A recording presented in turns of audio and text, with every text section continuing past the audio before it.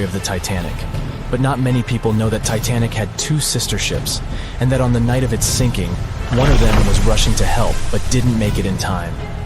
Bad luck seemed to follow the trio of ships, but each one of them had glorious moments that live in the minds of those who sailed in them. Keep on watching to discover a story of awe, ingenuity, and ill fate. And don't forget to click the subscribe button and turn notifications on to join us on the bright side of life. You know how the iceberg hit the Titanic, how the band played to the end, and how the whole tragedy unfolded, but before it happened, it would have seemed an impossibility for such a ship to meet the end it did. None of that could have been foreseen by White Star Line, the company who built the Titanic, who had high hopes for what the unsinkable ship and its sister ships, the Britannic and the Olympic, would accomplish. The Olympic was the first of the trio to make sail on June 11, 1911, heading towards New York. The sheer size of it would wow the crowds. The Olympic's maiden voyage went without incident, and a crowd of 8,000 people in New York got to explore its luxurious accommodations while it was docked there. There were high expectations for the massive ship, but just around 2 months later, the Olympic crashed with the HMS Hawke. The Hawke got the brunt of the damage, as the bow was left flat as a pancake. After the crash, the Olympic made its way slowly back to Belfast, where the Titanic was being constructed. On the dock, people could see the two enormous ships side by side, as parts of the Titanic were used to put the Olympic back in shape. A rare sight to behold. And on April 14, 1912, the Titanic hit an iceberg, and minutes later, the crew radioed nearby ships for help. That night, the Olympic was returning from New York when it received the distress signal. The ship turned around and rushed at full speed towards the Titanic, but they were so far away that they would have arrived next night. At some point during the early hours of April 15, 1912, the crew of the Olympic decided they wouldn't make it in time and stopped course. The survivors of the Titanic were eventually rescued by the Carpathia. Olympic was set up with lifeboats for all crew and passengers after the Titanic sank. It went from having 20 lifeboats to 64. Changes were also made to the watertight bulkheads, and an extra hull to construct a type of double hull was installed. It was determined that a double hull would have kept the Titanic from sinking. For several years, Olympic was used in the war effort against Germany. Throughout the years, Olympic carried over 200,000 passengers, which included thousands of Americans fleeing from Europe and troops battling during World War I. One of the most significant moments for this ship was when it struck a German submarine and sank it. It was discovered that the submarine was preparing to fire a torpedo on the Olympic before Olympic rammed it. The Olympic ended up sailing the seas for 3 decades, which earned her the nickname of the Old Reliable, despite some previous accidents. It went on to help the survivors on the HMS Audacious when it was sinking, and do what it couldn't for its sister, Titanic. Eventually, bad luck caught up with the Olympic. The ship crashed with the Nantucket Lightship, and the crash signaled the beginning of the end. Beaten up, and after years of service, the Olympic was demolished and scrapped for parts. The Old Reliable saw many years of service and thousands of passengers, but the Britannic's journey was shorter-lived. When the Titanic sank, White Star Line was faced with a problem, since they already had another enormous ship in the works. White Star Line began construction on the HMHS Britannic on November 30, 1911, around 4 months before the Titanic sank. Although the Britannic was the youngest of the trio of ships, having been constructed last, it was also the biggest. They intended to name it Gigantic, but after the Titanic's disaster, they changed the name to Britannic, since they considered it to be a lucky name. With the Titanic sinking, the White Star Line underwent rigorous investigation, and many changes were made to the Britannic's design. The Britannic looked very similar to the Titanic, and it had what was at the time the largest marine turbine in the world, able to reach faster speeds than the Olympic. With Titanic's fate fresh in their minds, everything possible was done to ensure the safety of this newer ship. The Britannic was eventually launched on February 26, 1914, almost 2 years after Titanic met its end.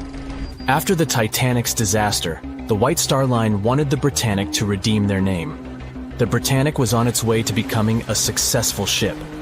It transported passengers for over a year and a half when the British government requisitioned it and turned it into a hospital ship during the beginning of World War I.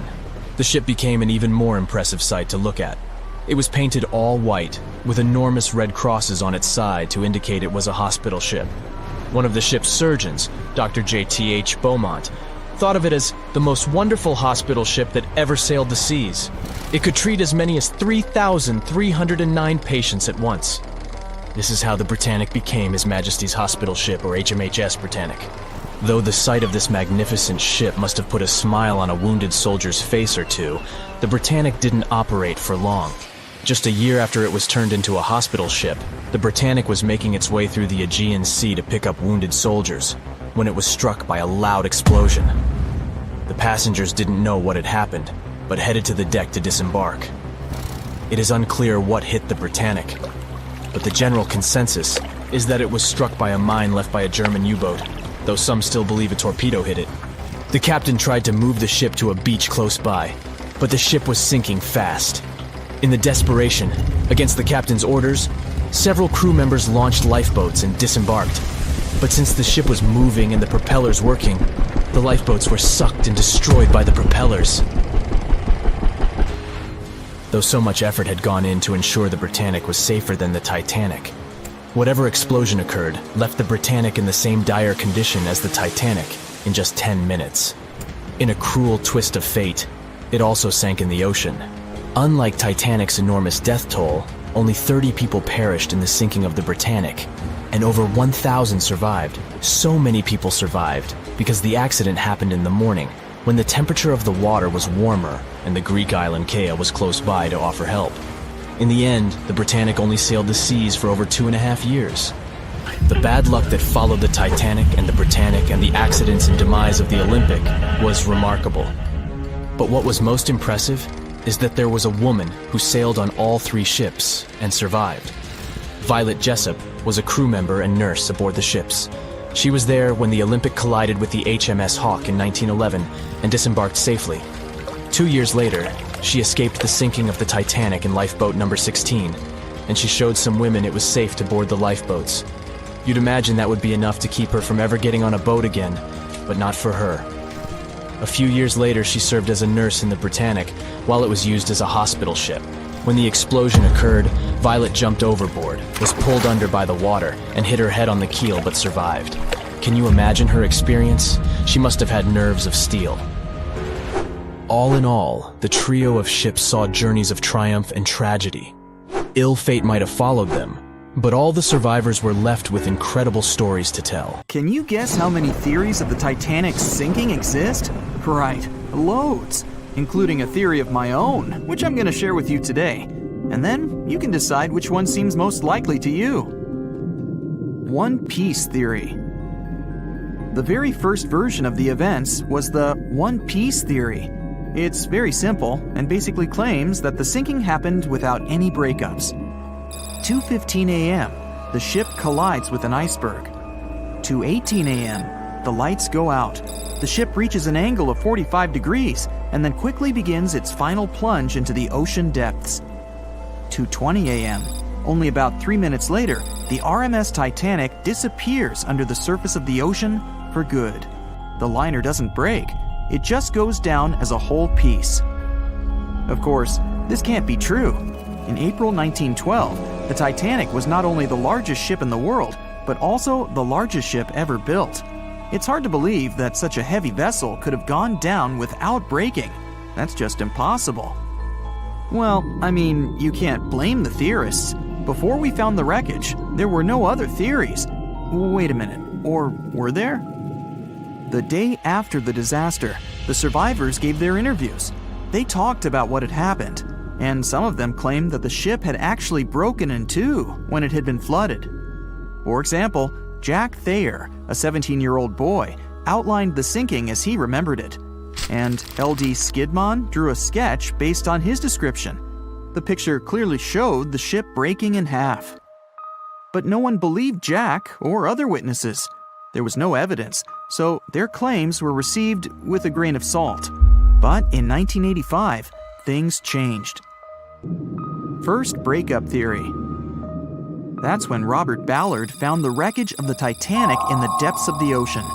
When people saw the wreckage, it became clear that Jack and the other survivors had been right. The Titanic did indeed break in two when it sank. So it's time for a new theory. 2:15 a.m. The keel breaks, the starboard list eases, and the hull continues to bow and crumble. 2:17 a.m. The galley sections break off. The towers immediately drop under their own weight. The lights go out. The stern is pulled into the air. The bow breaks off and starts sinking. The aft is barely hanging on to the starboard side of the stern section superstructure. The stern section slowly lists over to port as it begins sinking again. It rises up one last time and pivots in a semicircle as it sinks. It all sounds pretty convincing, right? But people began to find plot holes in this theory. For example, the Titanic couldn't have held together until it reached such a high angle. The breakup would have had to begin much earlier. This only meant there was still a vast field for research and speculations. So people started to come up with their own possible scenarios. How about we look first at the ones no one likes? V-brake and Aaron 1912 V-brake. According to the first breakup theory, the Titanic reached a high angle, and the weight of its unsupported stern caused it to crack from the top down. But it's physically impossible. So, are there any other ideas? In 2006, Roger Long, a naval architect, decided to research a so-called V theory. 2:17 a.m. The breakup begins at a shallow angle, perhaps as little as 11 degrees. The upper structure fails and starts to crack. At this moment, only its double bottom is holding the Titanic together, but it starts to bend under the strain too, failing the ship. Water is pouring through the crack. It increases the weight in between the two sections, bending the Titanic the other way and pulling it into shape somewhat resemblant to the letter V. The upper decks get mangled and bent together. The bow heads for the bottom, and the stern is the last to sink. This theory has since been disproven many times, though. Roger Long believed it because the broken edges of the upper decks in the Titanic's bow section were all mangled and crushed. However, we have learned that it happened because of the so-called hydraulic downburst, the force of the water crashing into the deck as the Titanic hit the ocean floor. Another V-brake theory states that the bow had risen out of the water after the break. This theory was mainly peddled by one former Titanic enthusiast. But not only has this theory been proved to be physically impossible due to the bow's incredible mass, it was also inspired by incorrect information. Remember Jack Thayer? Well, it was based on his sketch and the words of a couple of passengers. But the truth is, none of them had ever seen the Titanic break down like this. Jack himself even stated in an interview that the sketch was completely out of context to what he had actually seen. It was drawn by a passenger on the Carpathia, the ship that received the Titanic's distress signal and came to its aid. It couldn't be used as evidence.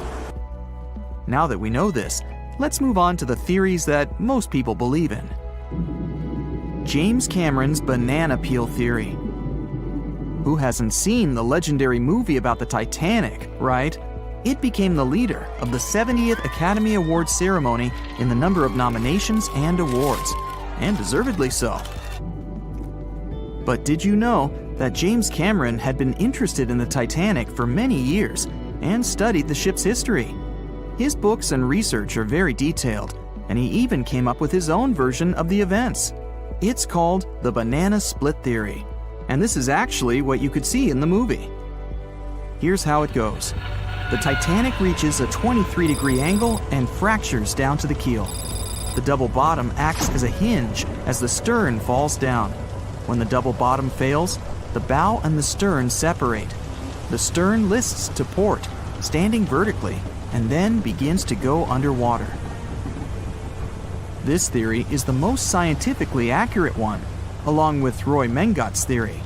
Wait, who's Roy Mengat? Mengat theory. Roy Mengat was an engineer who came up with the most plausible theory for the time being. 2:17 a.m. The lights go out on the Titanic. At this moment, the ship is at an angle of 20 to 23 degrees. Suddenly, the vessel snaps in two just around the third funnel. it causes the stern to settle into the water. The keel fails first. The draft and lower hull are crushed and break apart. Water surges into the bow and stern of the ship through the huge cracks, causing the bow section to sink beneath the waves. The stern rises up to the angle of 70 to 90 degrees, and then it sinks too. This theory seems to make the most sense, but it's quite controversial. The survivors who saw the breakup stated that the stern had settled back with the bow completely missing. Mengat's theory, however, contradicts that statement, while James Cameron's scenario takes this into account. Are you thinking what I'm thinking? The truth must be somewhere in the middle. My version. Now, as promised, I'll provide you with my version of the events. Well, it's not really my theory, more like a combination of Roy Mengat's and James Cameron's ones. I believe that James Cameron was right about the breakup. 2:17 a.m. The ship is at a high angle. The lights go out. Then it snaps into two pieces. The bow starts sinking. The double bottom is still attached to the stern for a minute or so. Once the double bottom fails, the two parts separate and the bow goes down. Then, as Mengat said, the stern rises up at a high angle, and then it begins to sink vertically. It might have actually happened because the survivors stated that they had seen a clean break. This means it couldn't be hidden. And they had also seen the stern staying vertically in the air for a long enough time, probably a few minutes, before disappearing. Anyways, all of these are just speculations. Regardless of how the Titanic broke apart and sank, it was a great tragedy. It's already been 110 years since the Titanic collided with an iceberg and sank. Did you know that in 2022, the Blue Star Line Company is completing the construction of an exact replica of the Titanic? Called the Titanic II liner, the ship will be sent sailing along the same route with 2,400 people on board. Let's hope that everything goes well for them. It was the biggest ship ever built in its time, and it was supposed to be unsinkable. But within days of steaming out on its first voyage in 1912, the Titanic was gone beneath the relentless waves of the North Atlantic Ocean. And of its more than 2,200 passengers and crew, only 706 survived that dreadful night. Would a smaller ship have fared any better in the same situation? Did the size of the iceberg truly matter in the end? Was it a mistake for the ship to change course at the last minute as it tried to avoid impact? These are three questions that have people pondering, what if? We do know that Titanic was considered an engineering marvel in its day. Designed by Thomas Andrews for the British shipping company White Star Line, it was just over 880 feet long and 175 feet tall. Built with abundant space for 840 staterooms, a swimming pool, a squash court, a gym, and 2 dining rooms. But it was below deck that one of its most impressive new features could be found. Titanic's hull was divided into 16 compartments designed to be watertight. Up to 4 of these compartments could take on water in the event of a breach, with the remaining 12 helping to keep the damaged ship afloat. It was thanks to these compartments that the ship was regarded as unsinkable. Rumor has it that Philip Frank, White Star Line's vice president, even declared, "There is no danger that Titanic will sink. The boat is unsinkable, and nothing but inconvenience will be suffered by the passengers." On April 14, 1912, that proved to be mistaken when Titanic struck an iceberg. As ice ripped along the ship's hull, several of those watertight compartments ruptured. It took only 2.5 hours for Titanic to sink. Did the size of the iceberg that hit Titanic seal its fate? Would a bigger or smaller iceberg have made any difference? Icebergs come in a wide variety of shapes and sizes. They are pieces of ice that have broken away from glaciers or ice shelves in the Arctic and Antarctic, and are now wandering across the ocean until they eventually melt. One of the tallest icebergs ever found would have easily dwarfed Titanic. Discovered in 1957, it was 550 feet high. That's close to the height of the Washington Monument. Imagine ramming into something that big. Smaller icebergs, though, can turn out just as dangerous. Some are the size of houses and called bergy bits. Others, closer to the size of a car, are called growlers. These can be much harder for ships and boats to locate, making them more difficult to avoid.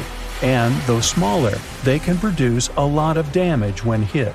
It's also critical to recall that icebergs are always bigger than they seem, with the majority of their mass lurking below the ocean surface. In fact, over 80% of an iceberg's volume is underwater. Most of its sharp, jagged edges cannot be seen. Roam too close, and you risk damaging your ship's hull. Because Titanic had little notice of its impending doom, a smaller iceberg, struck at the same angle, could still have been enough to bring that mighty ship down. Now, it's possible that had the iceberg been larger, it would have been spotted sooner. Titanic might have had time to alter course and avoid the impact. But missing that one iceberg would not have guaranteed Titanic's safety. It was traveling in a dangerous stretch of the Atlantic called Iceberg Alley. It's located 250 miles east and southeast of Newfoundland, Canada. Behind one iceberg, there could be another, and another after that. And so the crew on board had to remain very attentive to avoid several potential collisions, not just one.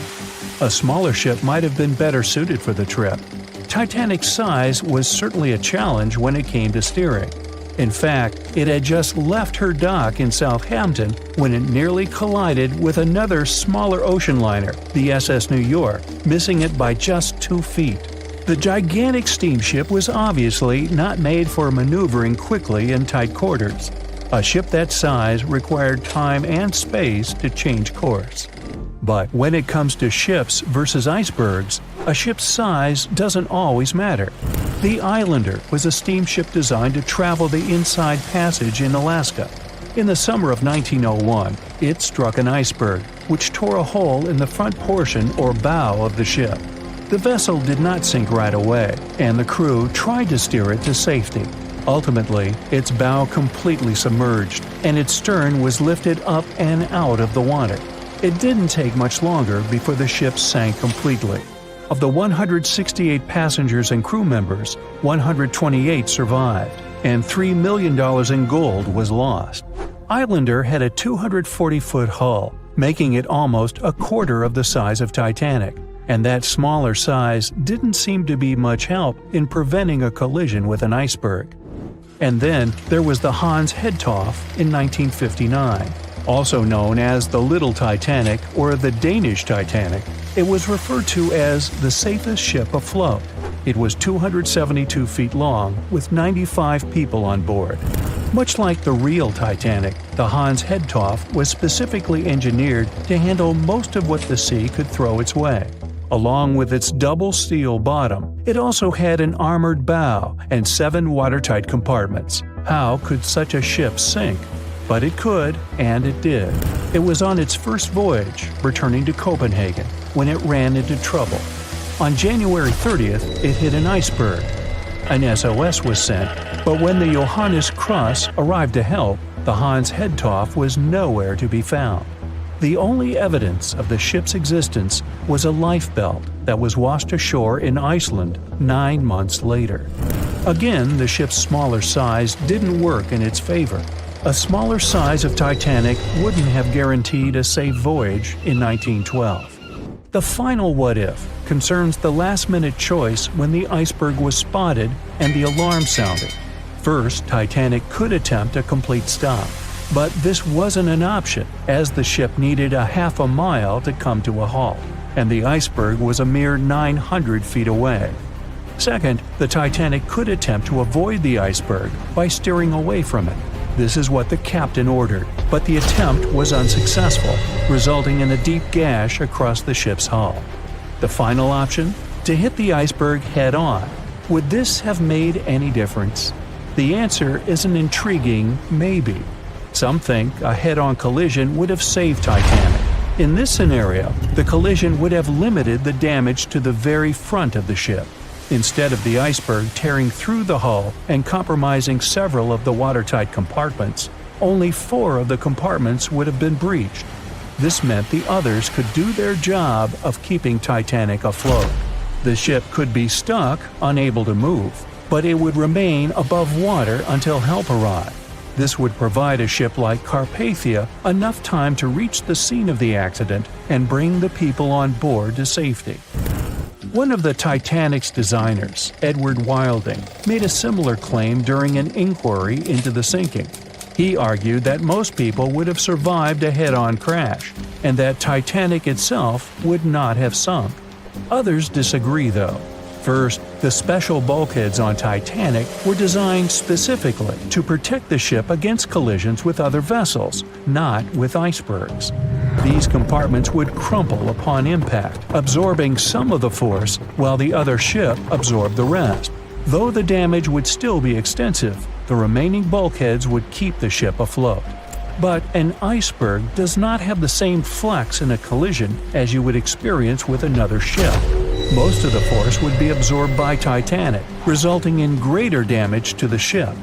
Even worse, the impact would be carried through the full length of the ship. Rivets would burst, seams would tear, the compartments would quickly flood, and the ship would sink even faster, resulting in fewer survivors. In any case, as with most what-ifs, we'll never really know the answer.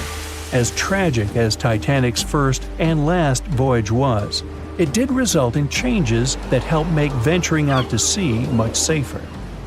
Findings from hearings on the disaster led to the creation of the International Ice Patrol, or ICC, in 1914, an organization that tracks icebergs in the Atlantic and Arctic Oceans to ensure vessels in the area can avoid them. In the US and Britain, ships were obligated to carry enough lifeboats to accommodate every person aboard. Regular lifeboat drills were made mandatory. And finally, the bulkheads on ships were made higher to keep water out, and bottoms were stretched to create double hulls, helping make the compartments truly waterproof. There's no denying that Titanic was a terrible tragedy, but the lessons learned from that night to remember has helped prevent many more. They were on their way to the New World when a rendezvous with an iceberg crushed all of their dreams and hopes. There was panic and tears and heartbreaking goodbyes, like that of Jack and Rose. Or was there? Let's see how well you know the real story of Titanic. The love story of Jack Dawson and Rose DeWitt Bukater was inspired by true events. What do you say? Is it a myth or a fact?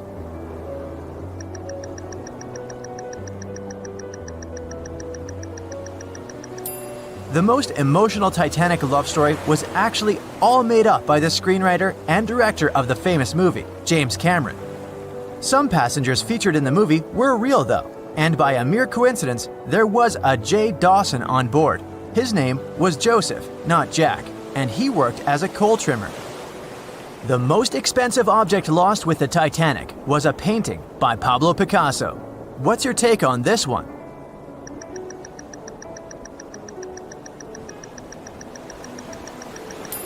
It's a myth. Another one given to us by the famous movie. The most valuable item that went down with the Titanic was probably a Mary Joseph Blondell painting, created in 1814. Some other valuable items were a violin that belonged to Wallace Hartley, the musician who insisted that they had to play till the very last moment. There was also a 1912 Renault Type CB Coupe de Ville that would now cost millions of dollars, a handwritten manuscript by Joseph Conrad, first edition essays by Francis Bacon, 5 Steinway grand pianos, and, of course, some fine china plates and cups and first-class passengers' jewelry. The Titanic was the largest and the most luxurious passenger ship of its time. Does it sound real to you?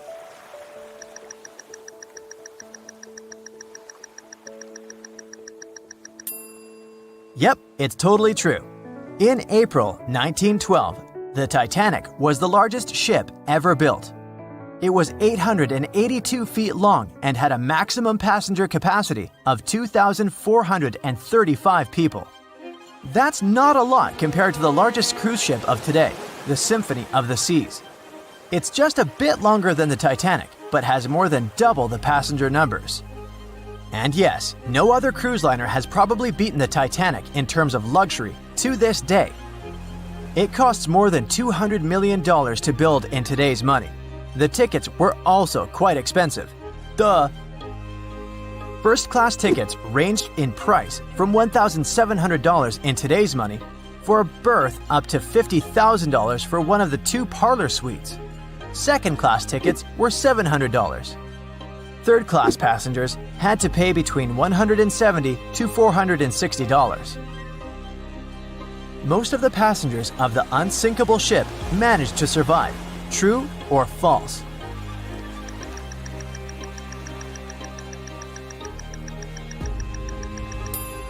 Sadly, it's false.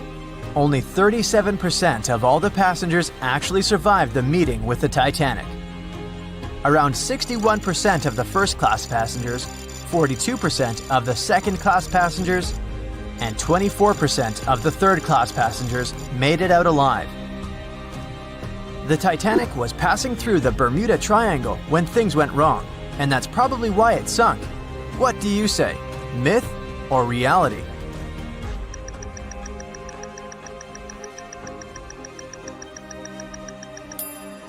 It's 100% a myth. The Titanic never even came close to the Bermuda Triangle. The liner sank about 400 miles south of Newfoundland, which is a huge distance to the north of Bermuda, the infamous area where ships and planes disappear without a trace. We might have the moon to blame for the sinking of the Titanic. True or false?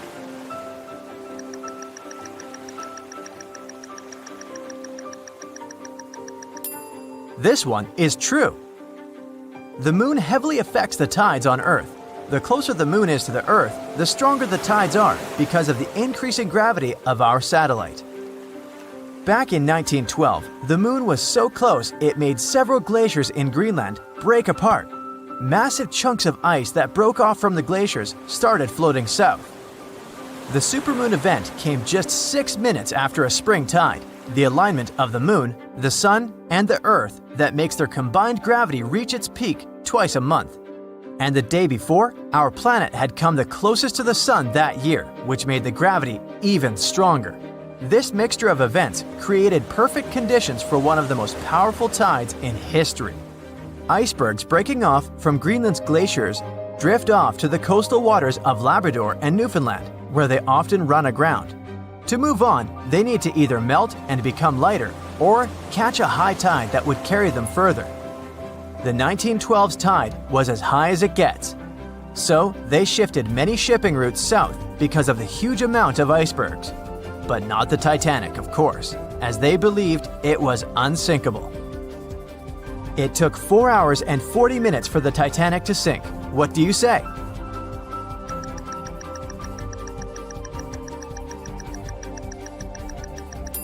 It's false, and if you're a Titanic expert, you definitely know it was actually 2 hours and 40 minutes. And this was slow enough, given the damage caused by the iceberg. It didn't sink faster, thanks to the ship's construction. There were 16 watertight compartments in the lower part of the ship. They worked as a lifeline. When the iceberg crashed into the hull, it broke into 6 boxes.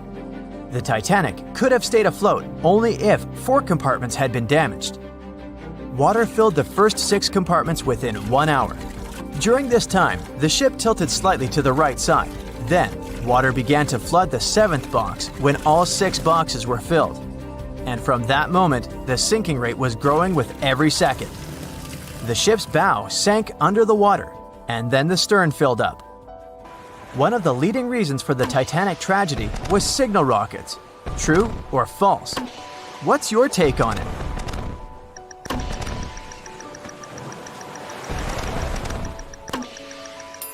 This one is true. When any ship sinks, the crew members must release red flares. It's a signal to all nearby ships that someone is in trouble. But for an unknown reason, someone put white lights in the Titanic's rocket box. When the ship crashed into an iceberg, the crew members released white flares. Another ship, SS Californian, was nearby at the time. Its captain knew the Titanic was going through a dangerous iceberg area. The crew of this ship didn't see the Titanic in the dark, but they noticed white rockets. radio communication between the vessels didn't work. The SS Californian operator turned off the receiver. The Californian captain felt that something was wrong, so he sent a Morse lamp signal to the Titanic. But it was too late. The ship was already underwater, so no one could respond. Another ship, Samson, was sailing alongside the Titanic. It drifted with lights off since it was catching seals, and that's not legal. When the captain saw the Titanic's white rockets, he thought it was the Coast Guard. So Samson sailed away as fast as they could. They realized they had abandoned the drowning passengers once they made it to Iceland and learned the horrible news.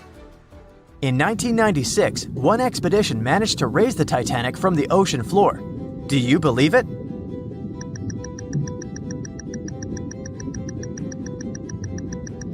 If you don't, you're right.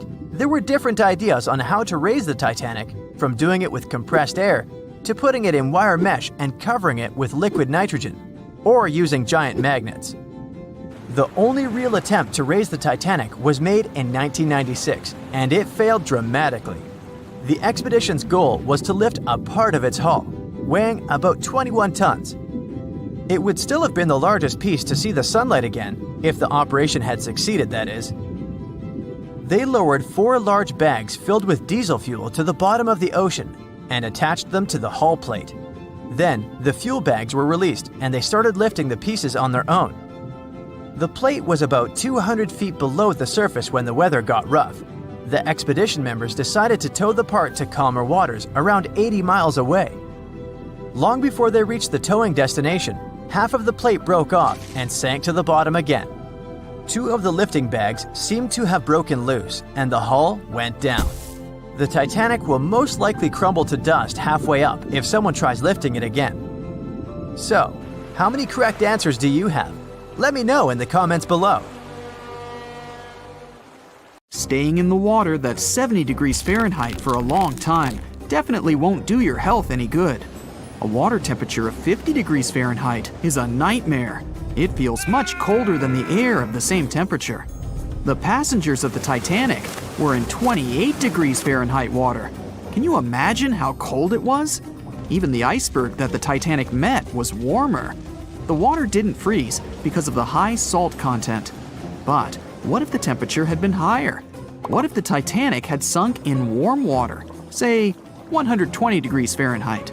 Theoretically, this could have happened had the waters of the North Atlantic met a warm undercurrent from the southern part of the ocean on disaster day. But this heat wouldn't have been enough. The ocean area is too vast, and the temperature is too low at night. The warm undercurrent alone wouldn't have made a difference for people who were overboard. But if the Titanic had sunk in another place at one particular moment, perhaps then all people could have been saved, thanks to an incredible natural phenomenon. Now, on board everybody, our voyage to a parallel universe begins. It's a moonless night on April 14th through 15th. The Titanic crashes into an iceberg. Icy water floods the lower decks. The captain sends a distress signal. The nearest rescue ship, Carpathia, is 58 miles away from the sinking Titanic. At maximum speed, Carpathia will get there in 4 hours. That's quite long, even in warm tropical waters, since your body loses heat anyway. The Titanic begins to sink. The crew downs lifeboats. Some of the passengers jump overboard. The ship is going under the water. There are no boats left, so you jump along with other passengers. It feels as if you got inside a huge iceberg. The water is so cold that it's hard for you to move. You can't even scream because there's no air in your lungs.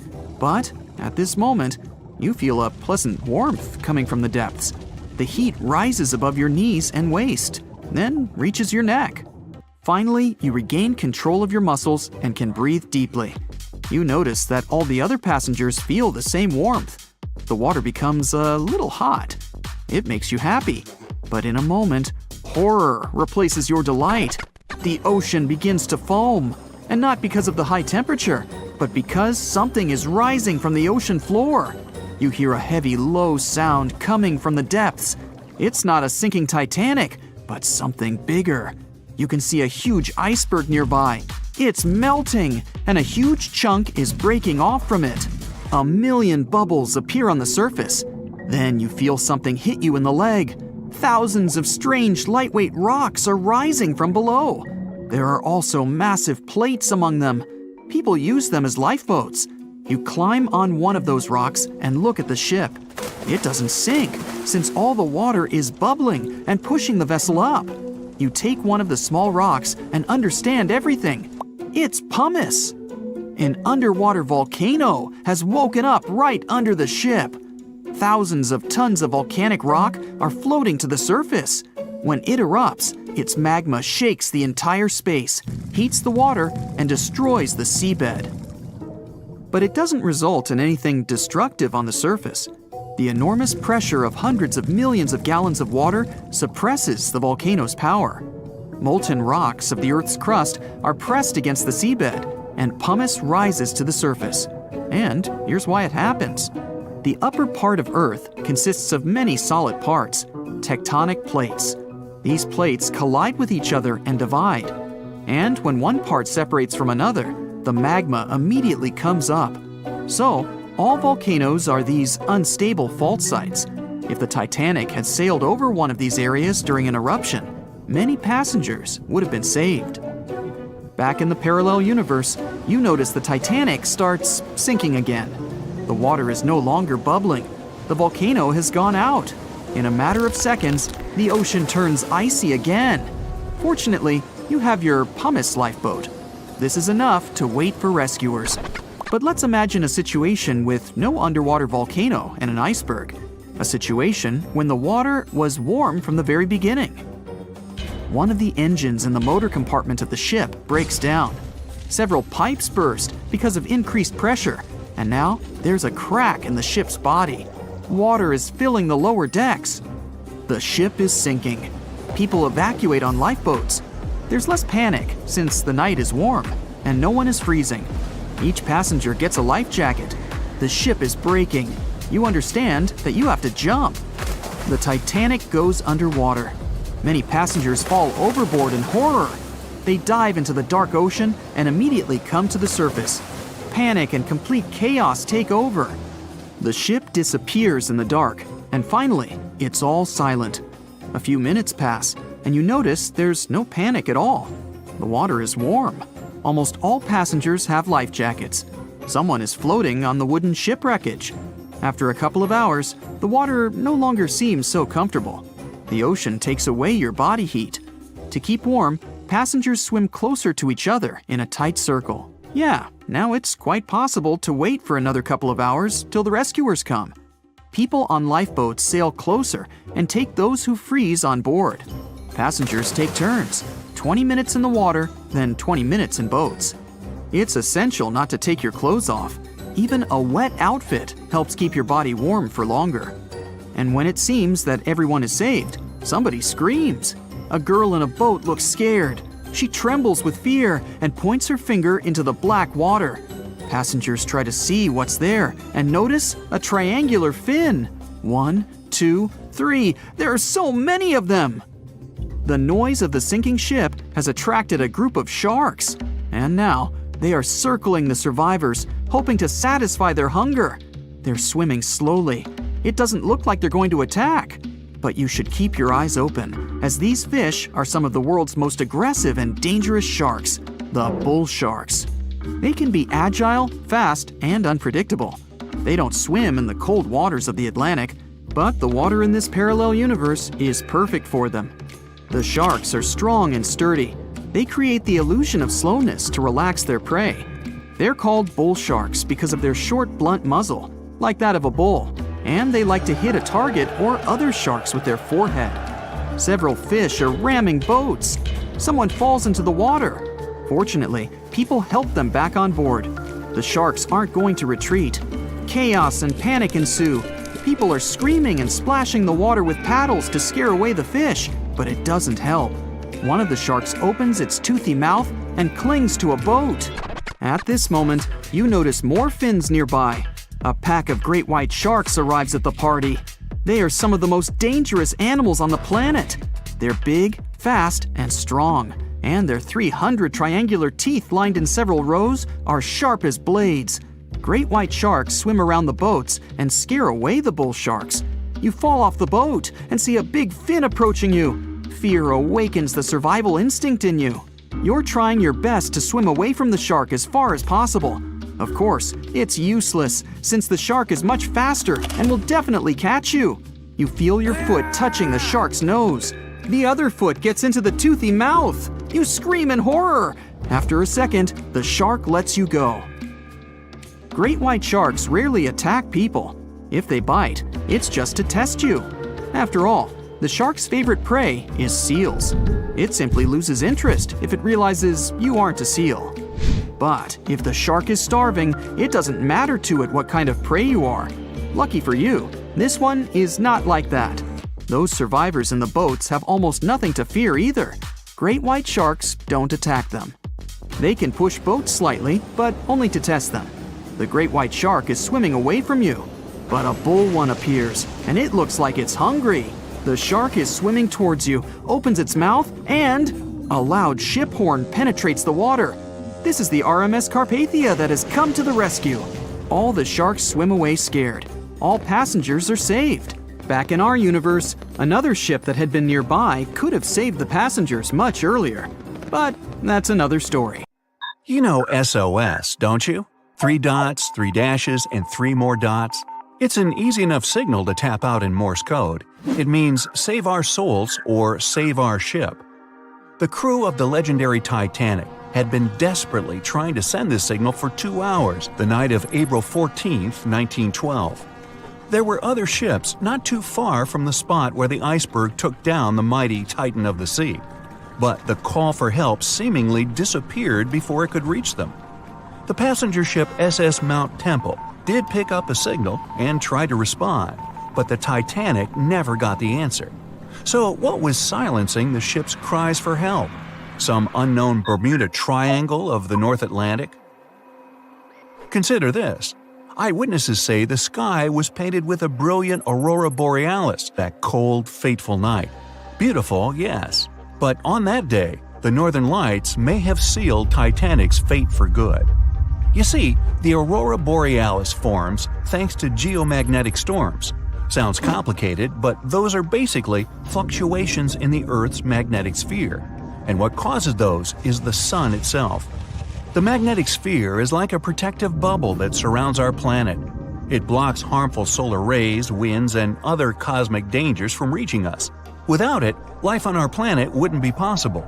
Earth would look more like Mars. You also have it to thank for compasses pointing north. Experts know the Earth's magnetosphere affects navigational equipment, or disrupts it. Which brings us back to the Titanic.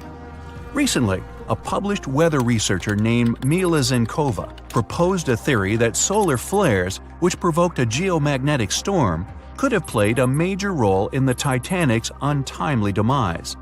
Solar flares make themselves known on Earth all the time. Some people are especially sensitive to the magnetic storms they cause. These unlucky folks can feel weakness, fatigue, headaches, and even mood swings. On usual days, the pressure is the same on both sides. The magnetosphere blocks all the bad stuff, and we're all happy. But sometimes, explosions occur on the sun. They can be massive, Earth-sized. These flares shoot out a wave of charged particles that collides with the magnetosphere at high speeds. Our protective bubble then goes on the defense. It shrinks, deforms, and pushes those particles toward the poles. Enter those brilliant lights dancing above the Titanic that night. In the north, we know it as Aurora Borealis. In the south, Aurora Australis, or the Southern Lights. When the magnetosphere pushes those solar and cosmic particles toward the poles, they collide with molecules of different gases. That's why you get the range of colors.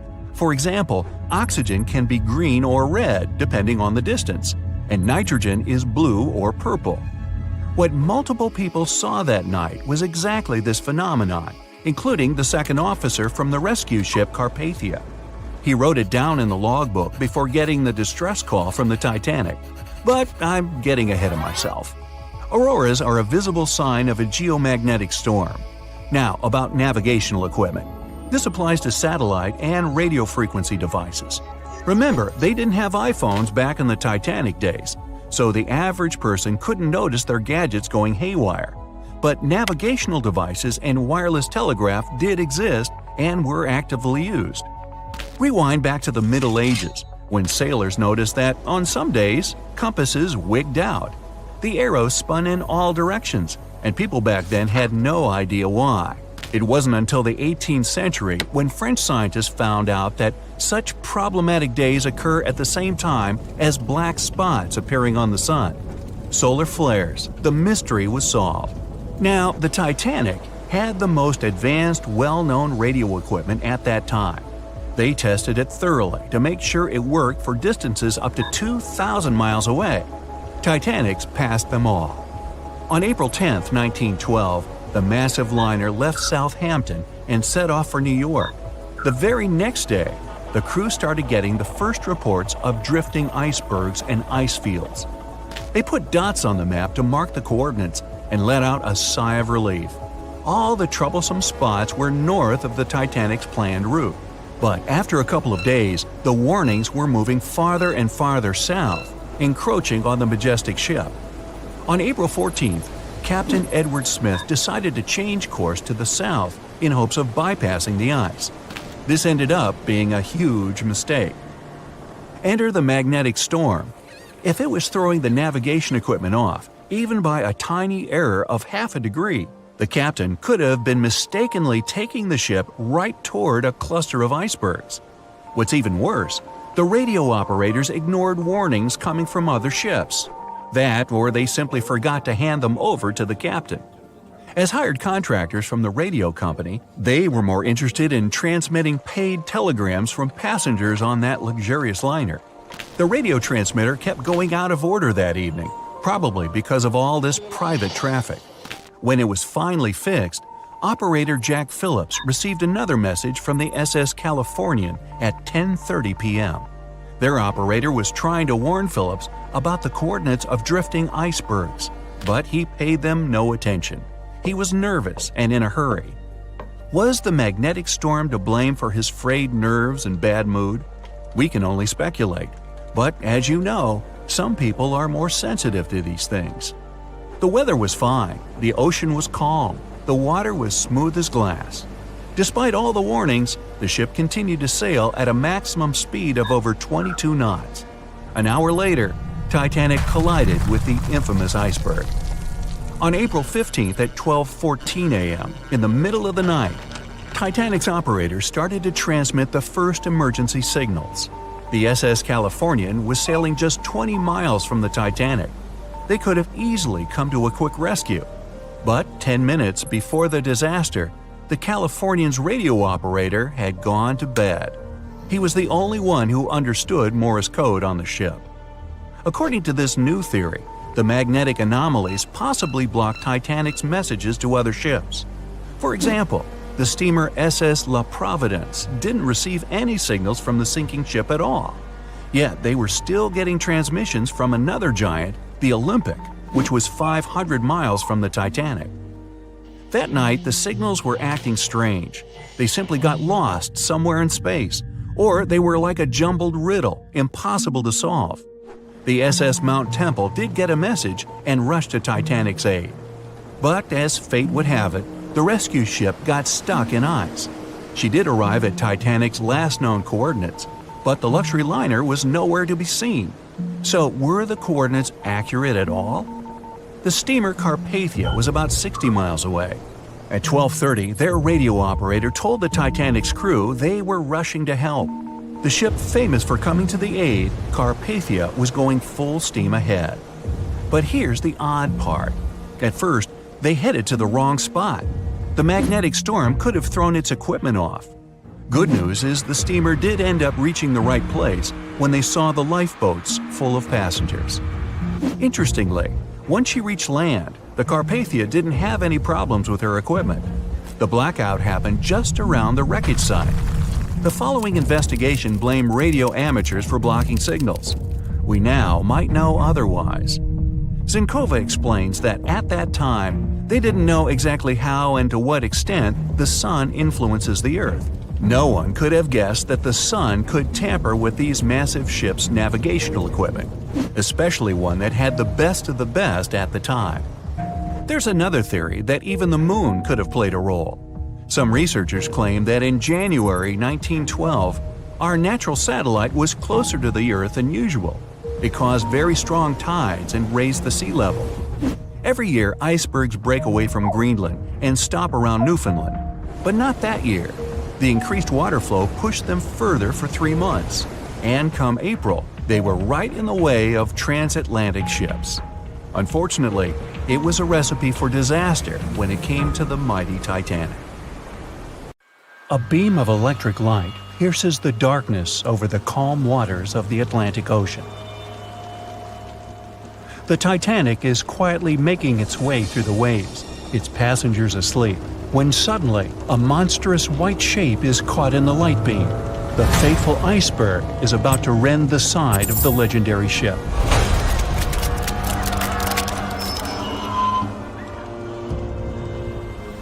April 14, 1912, only 2 days before someone will take a photo of a giant iceberg with a pretty unusual elliptical shape. It turns out that this iceberg most likely formed out of snow that fell 100,000 years ago. Researchers used computer modeling to figure out its origin. They used data from 1912 and added some new information about winds and ocean currents. They concluded that the iceberg was probably a part of a small cluster of glaciers in southwest Greenland. These days, it's possible to calculate the routes of such icebergs in any given year in the past. So the infamous chunk of ice was on its way from Greenland to an area further south from Cornwall. If the ship had passed through that region only 2 days later, the iceberg would have moved far away from the point where they met. At first, the weight of the most well-known iceberg in the world was 75 million tons. With time, it started to slowly melt away. And when it sank the Titanic, its weight was only 1.5 million tons. By the time of the collision, it had probably been melting for months, but it was still a true monster. When the Titanic sank, the iceberg was 400 feet long, and more than 100 feet of its surface was above the water. Some people believe it was a supermoon that caused the Titanic to sink. That night, there was a rare lunar event. It hadn't happened for 1,400 years. In normal conditions, the iceberg wouldn't have traveled so far south without melting and losing the largest part of its mass. But the supermoon could have been the reason for an unusually high tide that pulled the iceberg away from the glacier way faster than usual. There's a specific type of bacteria that slowly consumes the remains of the Titanic. Salt corrosion, ocean currents, freezing temperatures, plus this rust-eating microorganism might consume the entire wreckage. American actress Dorothy Gibson was aboard the Titanic. She survived, and when she arrived in New York, she started filming a movie called Saved from the Titanic almost right away. The movie was released only a month after the Titanic sank, and in the movie, she even wore the same shoes and clothes she had during the actual disaster. The movie was a big success at that time, but the only known copy was destroyed in a fire. 14 years before the Titanic sank, a novella called Futility had been published, and it seemed to have predicted the whole event. The plot centered around a fictional ship called the Titan that sank during its voyage. The Titan was almost the same size as Titanic, and they both went to the bottom in April. The reason was hitting an iceberg, too. Both the real and fictional ships were described as unsinkable, and both of them had the legally required number of lifeboats, which, as it turned out later, were nowhere near enough. We've seen it in the movie, but there were some real-life love stories happening on the Titanic, too. 13 couples even took a trip on the Titanic as part of their honeymoon. One of the couples owned Macy's department store in New York. Once it became clear the Titanic was rapidly sinking, the woman refused to go into a lifeboat without her husband. But he didn't want to join her while there were still women and children who he thought had to go first. Then his wife gave her coat to her maid. She insisted that the maid should get into the lifeboat, and she wanted her to be warm. As for the woman herself, she decided to stay with her husband till the end. Some people believe Titanic sank because of a mummy, not an iceberg. It all started around 1000 BCE with a mysterious woman who lived in Egypt, in the City of Thieves. People knew little about her, but they called her a priestess. Her mummy was put in a wooden sarcophagus and covered with a large lid with the image of her face and some mystical inscriptions. This place had been hidden until the first half of the 19th century, when a group of locals accidentally came across it. They disturbed her peace. No one knows how, but the mummy disappeared that day without a trace. A couple of decades later, a group of rich friends from England traveled to Egypt and found the empty mummy casket with the image of the priestess, whose dark eyes seemed to be looking into the void. They decided to buy it, but the buyer disappeared the same night before he even got the case. All members of the group had some accidents. The casket changed its location a couple of times until it, as some believe, ended up on the Titanic. It took more than 70 years for a robot submarine to find the ruins of this legendary ship. The wreck lies nearly 13,000 feet under the surface of the Atlantic Ocean, split into two halves. Why did the liner break apart? No one knows exactly. Some think it happened because of the water that got inside when the ship collided with the iceberg. The pressure was so powerful it separated two parts of the vessel, starting with the ship's bottom structure. Others say it was because of the hull rivets. They had a high concentration of slag or smelting residue, and that's something that can cause the metal to split apart. The ship generally had many flaws, starting with the design. The watertight bulkheads weren't completely sealed on top. This allowed the water to flow between the compartments and, in the end, sink the vessel. The iron of the ship's rivets and steel of the hull ended up ruined because of high sulfur content, cold temperatures, and high speeds. The steel shattered and the rivets popped out quite easily. Because of this, Titanic sank 24 times faster than it would have otherwise. If the ship had hit the iceberg head-on instead of ramming it with its side, it would have probably stayed afloat. How come the crew members didn't have binoculars?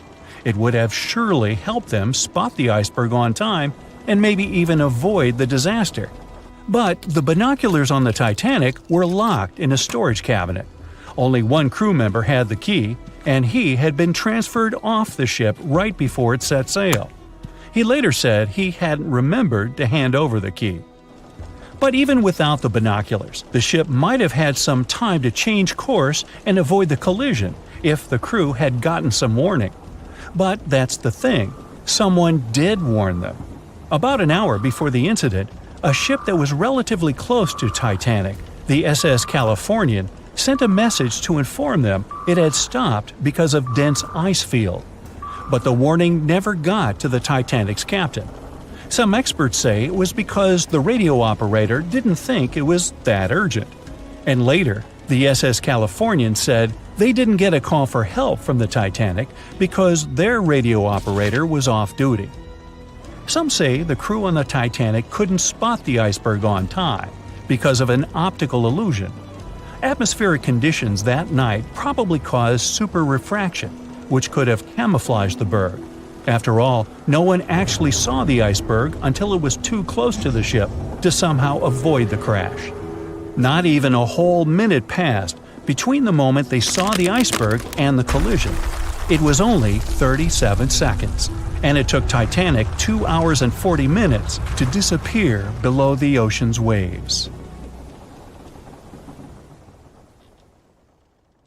No one could ever have imagined that the unsinkable Titanic would collide with an iceberg, except for one man, William Thomas Stead. Well, not directly, of course.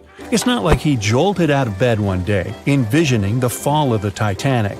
Rather, he wrote an empowering short story called How the Mail Steamer Went Down in Mid-Atlantic by a Survivor on March 3, 1886, 26 years before Titanic sank.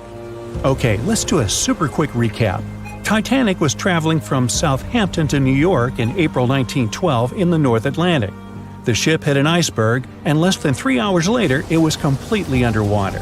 Out of 2,208 people on board, just 706 survived due to the limited number of lifeboats and icy cold water. Another passenger ship, Carpathia, heard the distress call, picked up the survivors, and brought them safely to New York. The short story William Stead wrote was about Thomas, a British sailor, who got on a passenger liner bound for the U.S. At one point, the protagonist realized there weren't enough lifeboats for everyone on board the ship in case something happened. A couple of days later, heavy fog covered everything in sight. Luck was not on the liner's side, and it collided with a stray ship, just like Titanic struck an iceberg. Only 200 out of the 916 people made it safely to the U.S. The main character managed to survive by jumping into the water and climbing into one of the lifeboats. Now, you'd think that the story riled up everyone in the industry to add extra lifeboats on ships. But sadly, it received very little attention when it was published.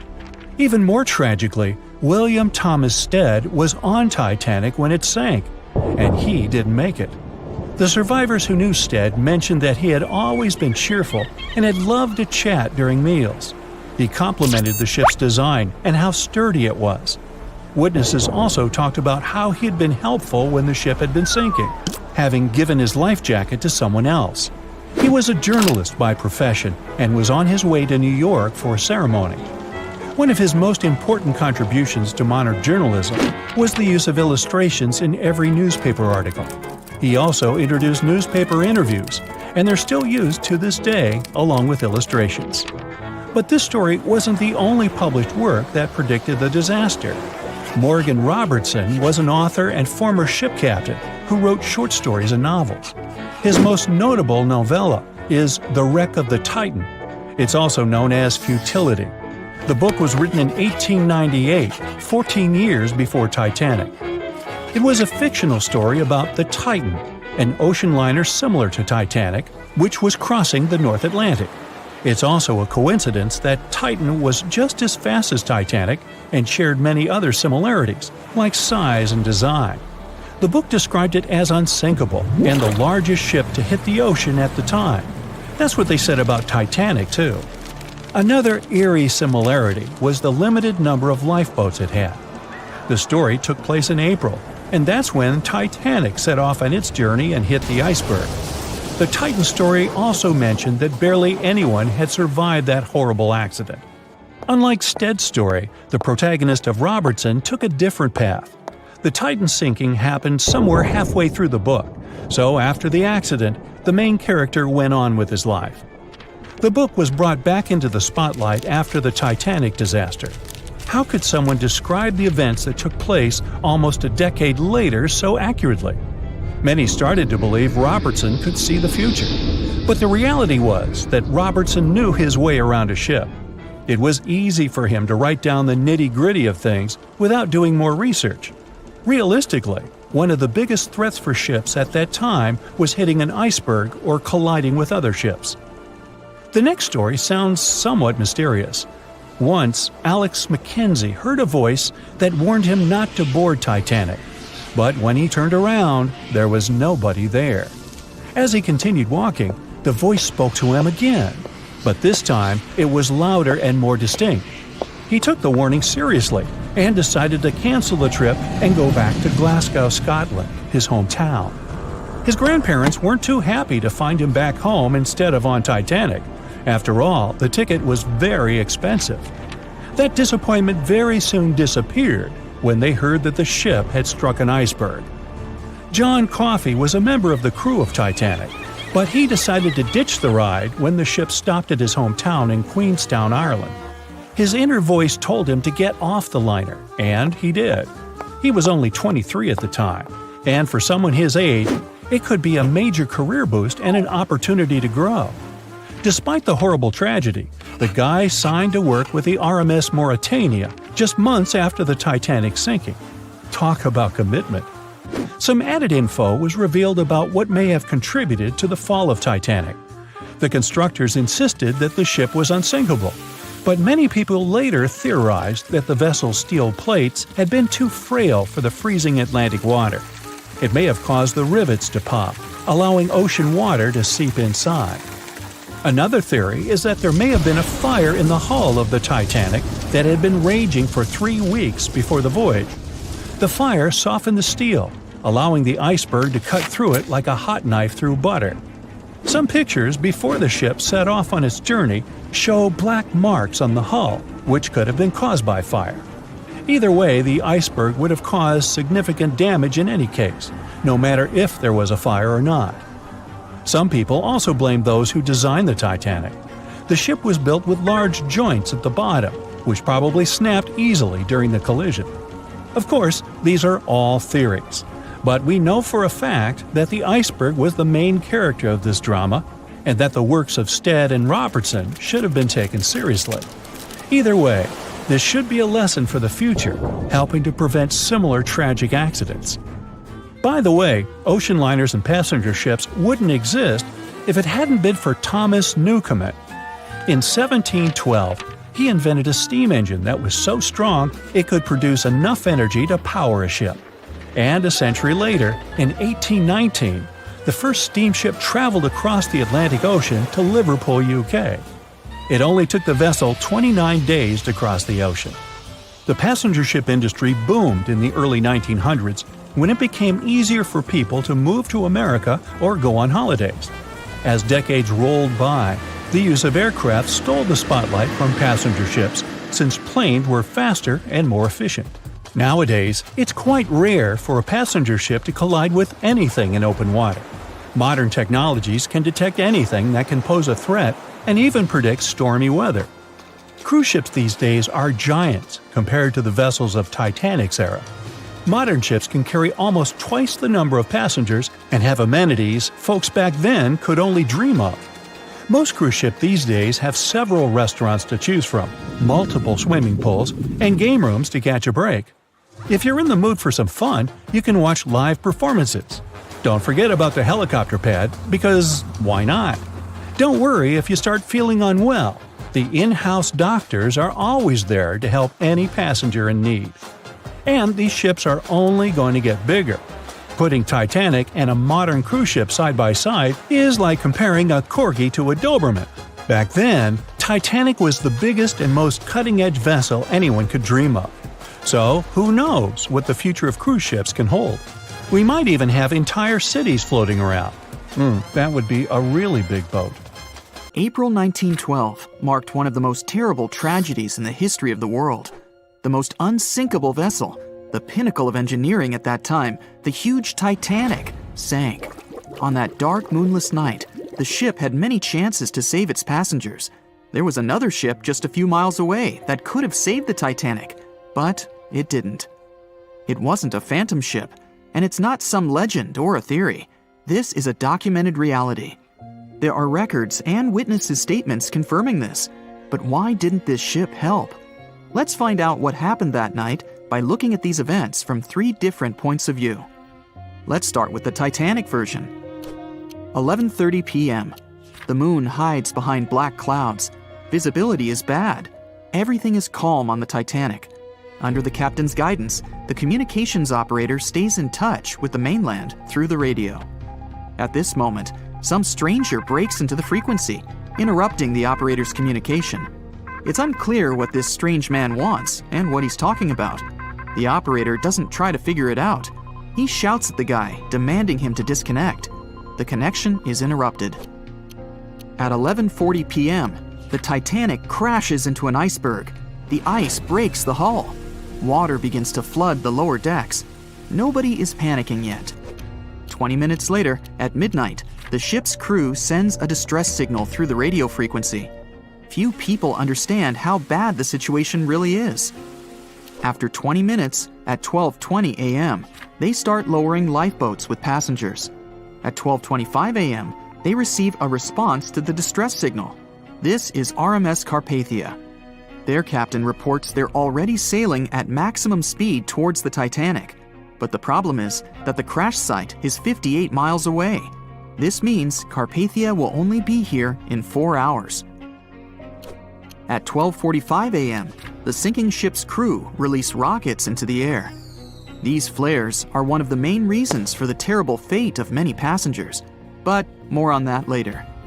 90 minutes later, the Titanic's deck breaks and the ship dives underwater.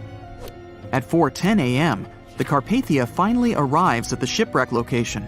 The crew members make heroic efforts to save all the people. They take 705 survivors on board. At this moment, another ship appears. It's SS Californian. The Carpathia sails towards the New York coast with all the people.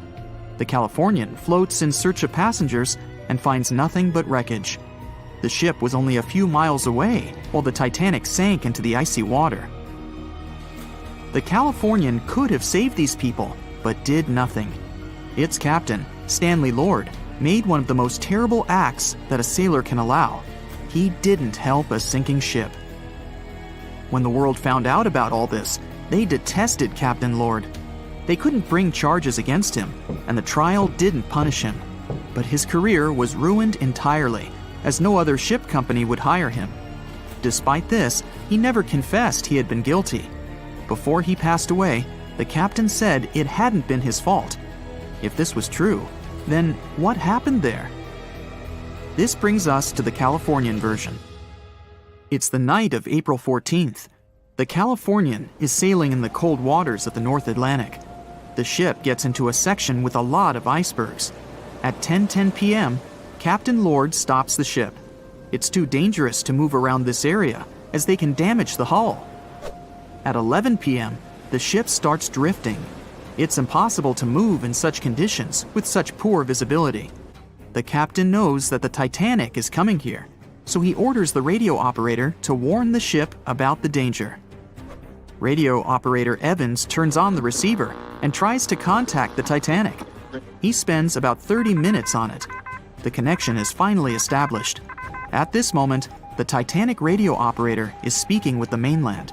Evans interrupts this conversation and tries to warn the ship about icebergs. The operator doesn't understand Evans' words. He's annoyed because Evans broke into the channel so brazenly. He shouts at Evans and cuts the connection. Tired, Evans turns off the receiver and informs his superiors about the incident. It's still a mystery how the captain reacted to this news. He probably thought the Titanic knew about the danger. He lets Evans go to bed. If Evans hadn't turned off the radio and waited 1 hour, he would have heard a distress signal from the Titanic. But you shouldn't blame him. At this point, he has no official reason to stay at the transmitter. Evans is too exhausted and can't fight drowsiness. So, Evans goes to bed. The Titanic begins to sink. Its captain sends a distress signal. The operator on board the Carpathia catches it, but the Californian doesn't, since the receiver is turned off. Captain Lord can't sleep. He feels that something is wrong. Meanwhile, the Titanic is rapidly sinking under the water. The captain gives the order to launch rockets into the air.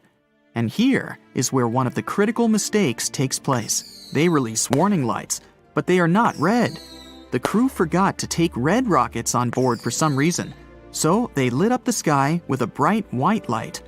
If you need to send a distress signal, you need to release red lights. Captain Lord sees these lights, but doesn't perceive them as a cry for help. It can't be that there are no standard red rockets on such a massive ship as the Titanic. But, unfortunately, it can. Captain Lord thinks the Titanic is sailing away. Perhaps there is some unknown reason behind those white lights, but he doesn't really know. So, Captain Lord has no idea that the Titanic is sinking. He still decides to contact the ship, but this time, not through radio communication. Captain Lord doesn't wake up the radio operator and sends a signal to the Titanic through a signal lamp. It's important to understand that many old-school captains didn't take radio communication seriously. They didn't understand the value of this technology.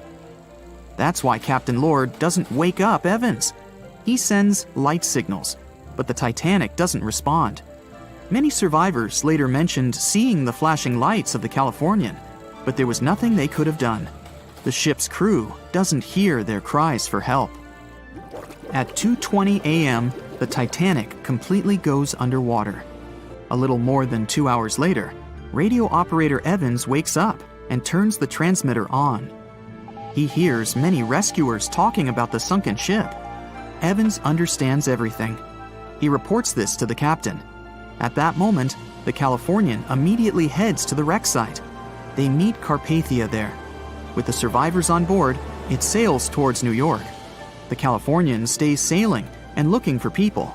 They find nothing but wreckage. The Californian returns to the mainland. The news about the ship that could have saved the Titanic is spreading all over the country. The trial begins. Captain Stanley Lord and the crew tell their version. They say their ship had been standing still. Many people don't believe them, and some of the surviving passengers claim to have seen the Californian sailing by. Still, the judge declares them innocent. 1962. Captain Stanley Lord is a very old man. He calls a notary to confess something. The captain makes his last remark about this case. He swears he's not guilty. But if it wasn't the Californian sailing past the Titanic at that moment, then what? The Samson theory could answer that question for us. The sealing ship Samson is sailing in the cold waters of the North Atlantic. The crew aren't sleeping. They carefully study the surroundings, but not because they're afraid of icebergs. They're scared of meeting with the U.S. Coast Guard. The Samson ship's crew catch seals, which is illegal. At 12:45 a.m., Samson's captain sees white signal rockets. The team is sure it's the Coast Guard. They turn off the lights and sail away. It's dark, so they don't notice the sinking Titanic. They return to the coast of Iceland and hear about the disaster. They realize they have abandoned the drowning passengers. The nephew of one of Samson's crew members reads about this story in his uncle's diary. The nephew asks for permission to publish these recordings. All the people realize that Captain Lord wasn't guilty, but unfortunately, he didn't live to see this moment. Actually, it's still unknown who is guilty in this story. 2 ships were nearby the Titanic. Their captains were adequate people. They would have helped save all the passengers. Their fault was that they couldn't understand what the Titanic wanted on that dark night. Someone forgot to put red flares in the box. This small but fatal detail was one of the leading causes of the tragedy. John watched on in disbelief as he drifted away on a piece of wood. In the freezing waters of the Arctic, slowly drifting away. John looked upon the vessel he had worked and lived on as it raised its enormous bow high into the sky, then broke in half, causing a sound that only a crack of lightning could replicate. Distraught and dumbstruck, believing that he, and he alone, knew the dark truth behind the demise of the unsinkable ship, the Titanic. 5 days earlier, as the Titanic set sail on its maiden voyage, John worked hard alongside his mates in the coal bunker, stocking up the coal to feed the Titanic's mighty furnace. They had stocked and stored more than John had ever witnessed on any other ship he'd worked on. But this was the Titanic, the grandest ship to have ever sailed the seas. On the Titanic, there could never be too much coal. As they left Belfast and pushed toward Southampton, there was a large bang below decks that went unnoticed. The furnace was roaring and the turbines were spinning, pushing the Titanic forward at a quickened pace. The crew cheered as the vessel moved forward, unaware of the loud, concerning noise. Arriving in Southampton, Greg came aboard, amongst hundreds of other passengers. With 13 years at sea, his vast experience included the role as a quartermaster on 6 previous ships. Ready for a new challenge aboard the greatest vessel ever made, he was looking forward to this next challenge of his career. Greg came with a wealth of experience, especially with sailing through the Arctic. His role was vital within the crew, understanding the seas around the North Pole. He would be a key lookout as they set to cross the perilous path of the Iceberg Alley. Greg had some concerns regarding the voyage.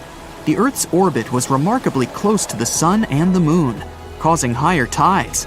This would make icebergs more prominent, drifting them further away and towards the route of the Titanic as they journeyed to New York.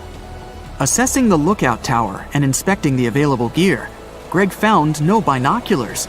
This made him concerned, but the sailors just laughed at Greg. If the deck is short on ice cubes, we'll be sure to plow right through a berg to resupply." A sailor laughed. Greg didn't share this sentiment. Eager to find out why they had been left short-handed on equipment, since he had such a vital role on the ship, Greg inquired further. Sadly, the officer with the keys to the binocular supply cupboard had been removed from the crew at the last minute. Greg couldn't believe something of this importance had been overlooked. For such a mighty ship with so many people aboard and crossing in a particularly perilous path, this just didn't make sense. But not wanting to be fined for breaking into the ship's property, Greg let it slide, hoping that they wouldn't need the binoculars in the end. Ultimately, if there were icebergs expected, a warning call would be made to the captain, informing of any concerns. Little did Greg know that a warning had been received, notifying of the dangers that awaited, but the telegram didn't provide the required prefix, which would have ensured direct delivery to the captain. So, the critical warning was just overlooked. John and his crew below decks prepared for departure, stoking the engines. He noticed an essence of thick exhaust, far too heavy than what would be expected from the furnaces. The crew searched throughout the lower decks. Following a thorough search, they managed to locate the cause of the exhaust. It was an ignited pile of coal within a coal bunker. Unknown when it had ignited, a buildup of coal had clearly been smoldering, slowly growing in size. The amount of smoldering coal was concerning. The alarm was raised, alerting an officer to review the matter. The officer assessed the damage and confirmed with the captain that it was deemed to be of little concern, as only minor damage had been caused. John was unsure of this assessment, as he knew that in confined spaces, surrounded by iron bulkheads, an oven-like environment arises that intensifies the heat with time. But the Titanic would power forward, making no sense to John as they had only just departed from Southampton. He was sure they would have turned back. John and his crew were ordered to shovel the already lit coal into the furnace and continue shoveling until all the smoldering contents would be contained. It was a possible but painstaking task that could take the entire journey. The continuous intake of coal would ensure the turbines would spin at a constant, accelerated pace, not what the Titanic was designed for. It was meant to be a luxurious passenger liner and not for breaking speed records. However, the crew would find enthusiasm in not only acknowledging the Titanic as unsinkable, but also as the fastest. John and his crew continued to shovel the coal into the furnace for several days. The temperature within the bow was becoming hotter every day. The bulkhead's contained heat was so severe that it became weak at the seams in the iron walls and rivets. "2 more days, lads, just 2 more days!" John was laughing, trying to raise the spirits of his mates as they were working tirelessly. But as they were all laughing, joking, and looking forward to dry land, they unknowingly approached their final destination. The Titanic was speeding through the calm sea. Greg looked ahead, above in the lookout tower, keeping a keen eye out as they were in iceberg territory now. Even though the way seemed clear, false horizons could occur, creating confusion about how far objects in the distance truly were. As they were traveling in the Gulf Stream waters into the colder Labrador Current, air columns cooled from the bottom upwards, creating a thermal inversion. This incredibly high air pressure ensured fog wasn't present, providing a deceptively clear outlook. But the thermal inversion can also create optical illusions, showing the horizon further away, appearing higher in the distance, or masking whatever objects that could come before it. These false horizons could easily hide any icebergs that could be approaching. Greg knew the perils of a calm sea in the Arctic, preferring the rough waters, where it's easier to detect icebergs within waves. Peering from the lookout, Greg was looking towards the dark abyss ahead. Suddenly, within 1 mile directly in front, a formidable image quickly emerged from the dark waters surrounding. "Iceberg, right ahead!" Greg yelled to his mate, who quickly called to the helm and directed them to steer hard to starboard. The helmsman received the call. In the heat of the moment, he turned the wheel counterclockwise. He then realized he'd turned the wheel the wrong way and quickly went in the opposite direction. The ship aimed towards the iceberg, veering to the port side whilst reducing speed. Although there was a delay in turning the wheel, since there was a short distance from the signal and the fast pace that they sailed at, it may not have made a difference. As they approached the iceberg, it appeared as though they'd miss it. but over 87% of an iceberg is underwater. And as they came along the side, the hidden ice underneath hit the port side bow, piercing the side of the hull with a 12-square-foot tear. The ship shook, with all aboard aware that something was amiss.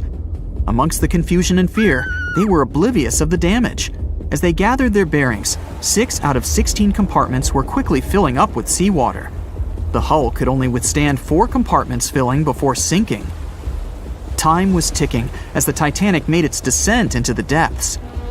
The weakened bulkhead with heated steel pillars and rivets broke under the pressure and sudden change of temperature from the ice-cold water. The call was made to abandon the ship.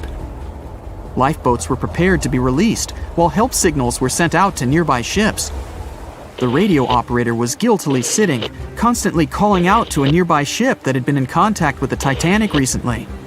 There was steady communication with this ship over the past few days, providing warnings of icebergs since the Titanic departed from Southampton. The final warning message received was just 1 hour ago. Upon receiving the final warning, the operator ignorantly responded, "Shut up," with the assumption that their warnings of icebergs were pointless. Following this unfortunate response, the ship turned their radio off and provided radio silence. The closest ship that was responding to their distress signals was 500 miles away, too far to provide any assistance in time. There were countless mistakes that caused the Titanic's watery end, whether they contributed directly or from sheer ignorance. The most tragic of them was the number of people aboard the ship, 2,224 of them. There were only enough lifeboats provided to rescue 1,178, barely half of the people.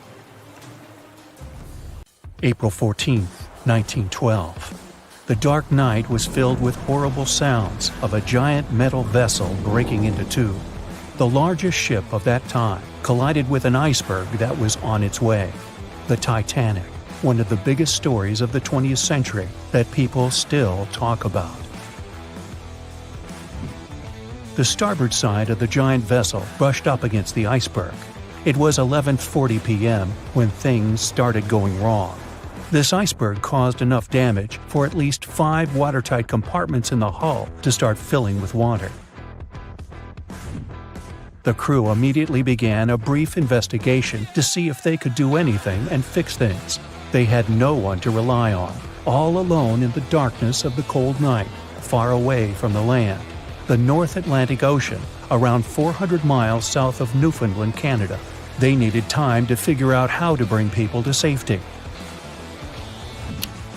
They had some time, true, but not enough. If you watched the movie, you know the ship didn't plunge immediately after the icy doom had happened. The whole process lasted a good 2 hours and 40 minutes. But the situation was hard. There were 2,200 people to take care of, including crew and passengers, and things happening on the ship were chaotic. The chief designer, Thomas Andrews, soon realized they wouldn't be able to stay afloat. By midnight, the entire crew had begun preparing the lifeboats for launch. They had 20 boats with space for only 1,178 people, which was just a bit more than 50% of the people on board. The order was to get women and children to safety first. Crewmen were there to row and guide the boats. The scene over the next 2 hours gradually started escalating. The crew members had a task to wake up passengers and warn them something bad was happening. They wanted to place them into a fleet of lifeboats as soon as possible. At 12:15 a.m., some crew members sent out a distress signal. A steamship called Frankfurt was among the first ones that received the message and responded, but they were about 170 nautical miles away. Some other ships also got the message and offered their assistance, but sadly, they were too far away as well. At 12:20 a.m., the Cunard liner Carpathia got a distress signal from the Titanic and changed its course right away. They were 58 miles away at the time, and it would take them more than 3 hours to get there. 20 minutes later, the crew was lowering the first lifeboat. It was carrying only 27 passengers, although it had room for 65. Many of the lifeboats that were launched first were well below capacity. crew members were worried, thinking the davits wouldn't be able to hold a fully loaded lifeboat. And in the beginning, many passengers were just too afraid to leave the ship.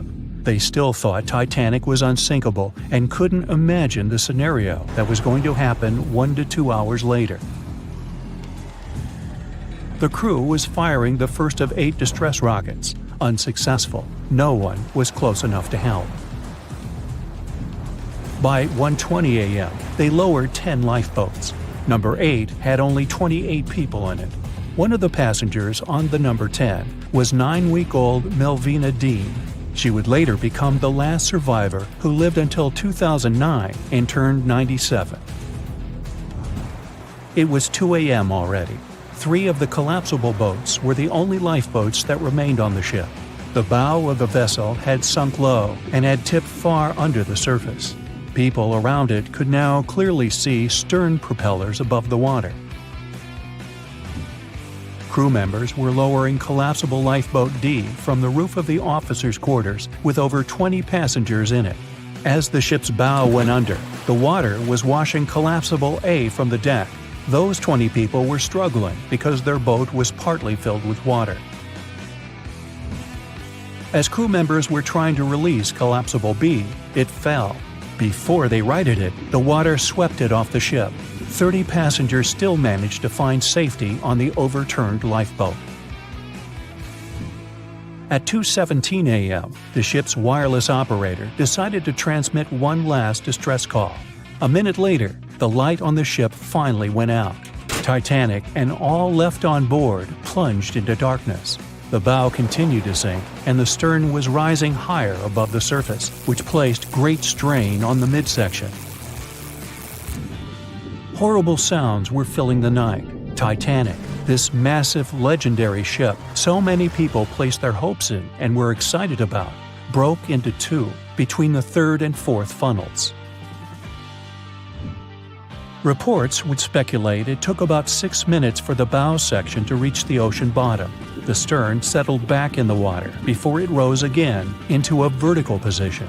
It remained in this situation until it finally disappeared into the ocean. At 2:20 a.m., the stern apparently retained air inside, and water pressure crushed it as it went down. The stern landed about 2,000 feet away from the bow. People consider the Titanic the fastest ship in the world. They thought it was unsinkable because 4 of its compartments could be flooded, and that still wouldn't cause a critical loss of buoyancy. Its life was problematic since its beginning. While the ship was leaving port, it moved within a couple of feet of the steamer New York. It managed to safely pass by, which was a huge relief for all those worried passengers massed on the ship's decks. Titanic sailed off on the 10th of April. Its first journey was across the highly competitive Atlantic route. On the launch day, the Titanic became the biggest movable object in the history of humankind, 882 feet long, 92 feet wide. Not that big if you compare it with today's ships. The biggest cruise ship in the world today is Royal Caribbean's Symphony of the Seas, which is roughly 5 times the size of Titanic. If you put that ship in a vertical position, it would be nearly as tall as the Empire State Building, which is 1,250 feet without antennas. But Titanic was a huge attraction back in its time. At one moment of their journey, they stopped in France, after which they made another stop in Ireland. Once the final passengers boarded, the massive ship set out at full speed for their final destination, New York City. 4 days after the beginning of its journey, Titanic failed to divert its course from a huge iceberg, the story we all know about. Only 700 people survived, and most of them were women and children. The night was extremely cold, 1 hour and 20 minutes after Titanic had gone down to the bottom of the ocean. Survivors weren't even sure someone was coming to save them. Finally, they saw the light. It was Carpathia coming towards them. They came for the people in the lifeboats. The crew brought them aboard and pulled a handful of other passengers out of the water. Many ships tried to contact Titanic a few hours after it sank. Their messages were never returned. Later, when there was an investigation of what really happened, they discovered the Leyland liner California had been less than 20 miles away when Titanic was sinking. But the crew didn't hear the distress signals coming from Titanic because their radio operator was off duty. Countries from both sides of the Atlantic were shocked and horrified when they heard details of what happened to Titanic. They decided to make changes to ship operations, rules that would help avoid such events in the future. They held the first International Convention for Safety of Life at Sea, where they adopted rules for every ship to have lifeboat space for each passenger on board. Also, lifeboat drills became mandatory. They also decided to establish an international ice patrol. Its main role was to monitor icebergs in the North Atlantic shipping lanes. Ships also needed to maintain a 24-hour radio watch. Titanic wasn't built alone. Because of the size of this magnificent ship and all the new equipment it required, it would have been too expensive as a one-off. So the team built the Titanic alongside two sister ships, and both of them had eventful lifetimes. RMS Olympic came first. It was launched in 1910, and for a whole year was the biggest liner in the world. The Britannic was another sister ship that sailed for a while before it too ended down on the ocean bottom. But only Titanic became a legend and one of the most fascinating stories of modern history. When the Titanic began its fateful voyage, it weighed about 52,000 tons. Now, how did they even get it into the water in the first place? Step 1. Find tons of soap and natural fat. Step 2. Dump it all over the ramp in front of the Titanic like a monster slip and slide. They even put grease all over the outside of the ship to make sure it didn't get scratched, dented, or even rip open. Just like that, the Titanic plopped softly into the water and the workers and owners breathed a sigh of relief. At least that part went well. When they built the Aswan Dam in Egypt, they needed to clear out a huge area for the new artificial lake. Almost 100,000 people had to move out of their homes. That was the easy part. Engineers now had to try to move two huge ancient Egyptian temples, or they'd be lost underwater forever. The answer? Thousands of engineers and builders. The temples were built into a mountain, so first they had to detach it using bulldozers and jackhammers. Then they had to take it all apart like a humongous Lego project. Statues, roofs, walls, sculptures, pretty sweet Lego set. Then they cut the temples into bite-sized bits, over 1,000 of them. Each one weighed the same as 3 elephants. So where did they put it all back together? On the same mountain, just 200 feet higher. It took 5 years and about $300 million in today's money. I think even the pharaohs would have been impressed. Now, say you're thirsty, so you grab a glass of water. But where does that water come from? In Saudi Arabia, it comes from salt water. You just need to get the salt out, no biggie. That calls for an evaporator. Saudi Arabia's machine brings fresh water to 300,000 people. Not bad for so much desert.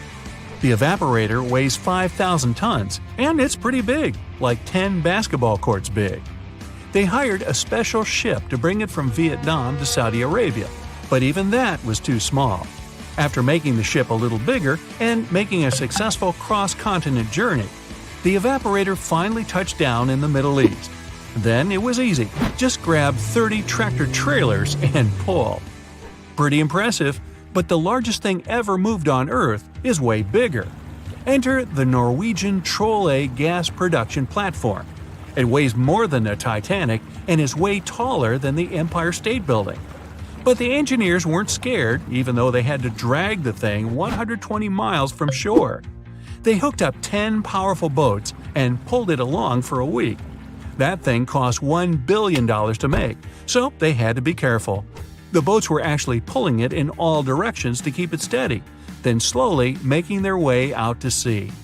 Once it got there, its 4 powerful legs were secured with concrete, about as much as you'd use to build 200,000 houses. That part of the sea can be quite rough, so they had to make sure it wouldn't move at all. Natural gas can set on fire, even in the middle of the sea. You gotta move out of town, but you're used to your house, your big kitchen, cozy fireplace. No problem. Take your home with you. About 500 years ago, an Italian architect was constructing the local city's administration building, but the local church bell tower was getting in the way. The solution? Pick up the tower and move it. The architect built a wooden frame around the tower and shifted it using ropes, blocks, and a lot of people power. Since then, a lot of buildings have been moved around, but what happened in China changed everything. In 2004, engineers shifted the Fugang building about 120 feet. It was the heaviest building ever moved, but it only took 11 days. They worked day and night to get it done so fast. 10,000 years ago, a meteorite fell on Greenland. It was the only source of iron for the local people, who started breaking pieces off to make knives, harpoons, arrowheads, and even jewelry. Talk about good luck. Over time, the locals split the meteorite, named Cape York, into a bunch of pieces. Arctic explorer Robert Peary wanted to bring the biggest piece back to the U.S. So, how do you move 30 tons of space rock without trucks or paved roads? Plus, it's 1897 and freezing cold. It took 3 years, but he did it. He ended up building a railway with a special platform to pull it to the nearest shore. It was the first and last railway in Greenland. Perry sold the meteorite for $40,000. Today, that would be about $1 million. In 2012, artist Michael Heiser erected a 340-ton boulder over the entrance to the LA County Museum of Art. It was called Levitating Mass. Installing it was easy. Getting it there, not so much. They had to use a 290-foot trailer and 6 different trucks. They only drove at night 100 miles through 22 cities. The most insane part, it ended up costing $10 million. The Swedish ship Vasa, built about 400 years ago, was almost a celebrity. People were amazed by its size, beautiful decoration, and gold sculptures. First time out to sea, it sank. Why? A gust of wind. Oops. Anyway, about 80 years ago, they decided to pull it out.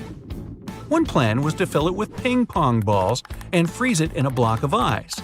But instead, they just tied some ropes around it and used 18 lifts to drag it along the seabed to a shallow area. From there, it was pretty easy to lift it out. It was mostly made of wood, not much metal. The ship survived quite well because of the cold seawater and even floated by itself. The shuttle Endeavour flew 25 missions into space, and in 2012, NASA decided it deserved a break. Its retirement home would be the California Science Center. The massive shuttle was loaded onto trailers and driven through LA at the amazing speed of 2 miles per hour. It was the first and probably last time that a spaceship would drive through a big city. They had to clear a pretty big path and ended up chopping down a lot of pesky things like lampposts, traffic lights, power lines, even over 400 trees. But don't worry, they raised a lot of money from the whole thing, enough to plant over 800 new trees. The Statue of Liberty wasn't built in the USA. It was built in France. After 9 years of hard work and a serious amount of copper and iron, she was ready to be given to the United States as a token of friendship. Sending it by mail would take way too much bubble wrap, so they decided to ship it instead. The statue was cut into 350 pieces, loaded into crates, and shipped over to New York. It took them 4 months to assemble all the pieces back together. Talk about Humpty Dumpty. Meet Bagger 288, a self-propelled excavator and the largest land transport on the planet. This beast can shift thousands of cars worth of dirt a day. It finished work in one quarry and had to move on to another. Taking it apart, shipping it, and putting it back together would have been ridiculous. So it just drove over there. It took 3 weeks and only moved at half a mile per hour. To stop it from wrecking everything it drove over, engineers walked ahead, planting grass and covering roads with gravel and dirt. Now, you're walking down the street in France, see a couple of cafes, maybe a nice bakery, and the world's largest gas turbine, named Harriet. Harriet's job? Keep the lights on in over 700,000 French homes. This mammoth turbine weighs as much as 2 jumbo jets and had to travel through France, Germany, Belgium, and the Netherlands. Hey, let's go Dutch! The Great Pyramid of Giza in Egypt is made up of more than 2 million huge blocks of stone. No trailers, no tractors, just some good old-fashioned muscle power. Each block weighs more than 2.5 tons. That's like 30 of me. These guys didn't even have strong metals like iron or steel. They mostly used pieces of wood and stone hammers. 2 legendary athletes who shook up the tennis world had the unfortunate luck of meeting on the unsinkable ship Titanic in 1912. Without realizing it, they'd reunite on the tennis court where they'd be playing against each other. Here's how it all went down, twice. Richard Norris Williams was born in January of 1891 in Geneva. Although he was raised in Switzerland, his parents were American. In fact, he was a distant relative of Benjamin Franklin. In 1912, Williams was just 21 years old and was looking forward to his transatlantic trip to the States after being accepted to study history and geology at Harvard. But before his student life started, he had something else planned. He loved playing tennis and was quite the athlete. So he and his father decided to travel earlier than his mother in order to take part in a few tournaments. Williams and his dad took the train from Geneva to head to Cherbourg, France, where they would board the Titanic. On the way, Williams noticed a familiar face in one of the cars. It was another well-respected tennis player by the name of Carl Bear. The two locked eyes for a moment on the train, not realizing that fate was about to align their lives in an incredible way. Bear was 26 years old at the time. He was born in 1885 in Brooklyn, New York.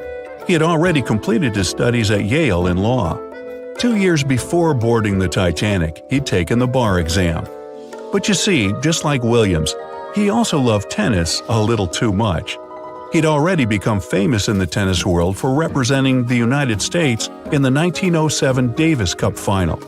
But unfortunately, he lost in the doubles final at Wimbledon that same year. But Bear was boarding the Titanic for a more personal reason than Williams. He'd fallen in love with his sister's friend, Helen Newsom, and was planning to marry her. But it wasn't that easy. Her family wasn't in favor of their relationship at all. Helen was from Ohio, and her parents had decided to take her on a grand European trip to separate the couple. But as soon as Carl found out, he rearranged his business schedule and joined Helen. After the European adventure was over, all of them were going to return to America together on the unsinkable ship. Bear was a first-class passenger and was given the cabin C-148, and Williams and his father were first-class passengers in the shelter deck. The tickets they bought for each suite cost 30 British pounds, and to put that into perspective, that equals $4,060 today. A few days after setting off, tragedy struck when the Titanic hit the iceberg. As the situation became clear, panic set in, and people were hastily instructed to get into the lifeboats. Carl Bear wasn't going to leave the side of his love, Miss Newsom, so he went with her and her parents to lifeboat number 5. Now, there was this priority boarding rule back then, that women and children had to go into the boats first. The last lifeboats, if there were any, would be filled with men. Bear and his companions met Bruce Ismay on the deck, who was the managing director of the White Star Line that owned the Titanic. As soon as he saw them, he advised everyone to get into a lifeboat. This way Bear, who seemed like a muscular guy, could row the boat away with the rest of the gentlemen. Unfortunately, Williams had a more difficult evening. He and his father tried to guide as many passengers as they could into the lifeboats.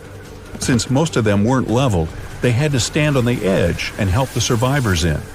As they lowered the last one into the ocean, they made their way to the captain's bridge. At one point, they stood on the deck and glanced at the small lights in the lifeboats gliding in the distance. They were trying to figure out what to do, but the ship was beginning to sink and one of the giant funnels came off, hurtling towards Williams and his father. Desperately leaping out of the way, Williams plunged into the icy cold water. The funnel hit the water nearby, pushing him out further. He eventually found himself clinging onto one of the lifeboats that had been flipped upside down. It was collapsible A. At some point, Williams managed to climb onto the boat and stand on it. He was wearing a thick fur coat and shoes that he removed as soon as he got out of the water. After being in the freezing cold water for a few hours, he and a few other passengers were finally taken into Lifeboat 14. Because they'd been submerged under the freezing water from the waist down for so long, all of the survivors from the collapsible needed medical care immediately. When the Carpathia ship arrived, Williams was taken on board. When the doctor looked at his legs, he was shocked. Williams was feeling sharp pains right below his knees, and his legs were a dark purple color.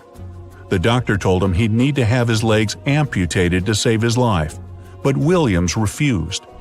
Coincidentally, Carl Baer was on board as well. Luckily, he was okay. He was helping the other survivors. That was when the two tennis legends finally met. Williams said that Baer had shown him great kindness. He felt more encouraged, so he began taking his first steps on the Carpathia deck. He didn't want his tennis career to be cut short, so he fought through the pain, got up every 2 hours, and walked around to get some circulation going in his legs. As time progressed, so did Williams' health condition. After they arrived in New York, he took some time off to recover completely.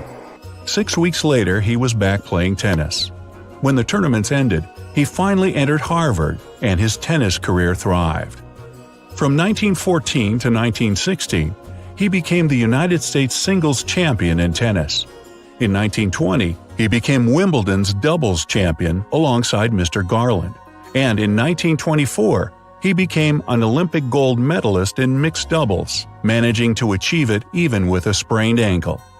He had become so well known throughout the years, the media started writing articles about his athletic achievements all over the world. The first time Baer and Williams would face each other in a match was in 1912, not long after their shared tragedy on the sinking ship. Baer was the champion of that game, and it was Williams' first defeat in America. After that match, he kept training, and 2 years later at the rematch, Williams would turn things around to become the champion. After he defeated Baer in the quarterfinals, Williams went on to take his title for the first time ever. He became one of the best tennis players of his time, winning the Davis Cup 5 times, the Wimbledon doubles, and the U.S. Nationals twice. Both of these legends were given a place in the International Tennis Hall of Fame. While tennis was a huge part of both men's lives, it wasn't the only success they found. After their sports careers were over, they both became remarkable financiers. Baer gave up on his career as a lawyer and became interested in banking.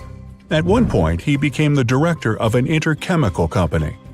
Interestingly, Williams also followed a similar path. He became an investment banker and was the president of the Historical Society of Pennsylvania. Many years after the incident, 2 books came out sharing the two men's stories on the Titanic. Nobody knew about their encounters or their friendship. The similarities between them were uncanny. It's what you'd call 2 peas in a pod. Neither of them cared much about their achievements in the tennis field. They just enjoyed playing. But they also never talked about the time they spent on the Titanic.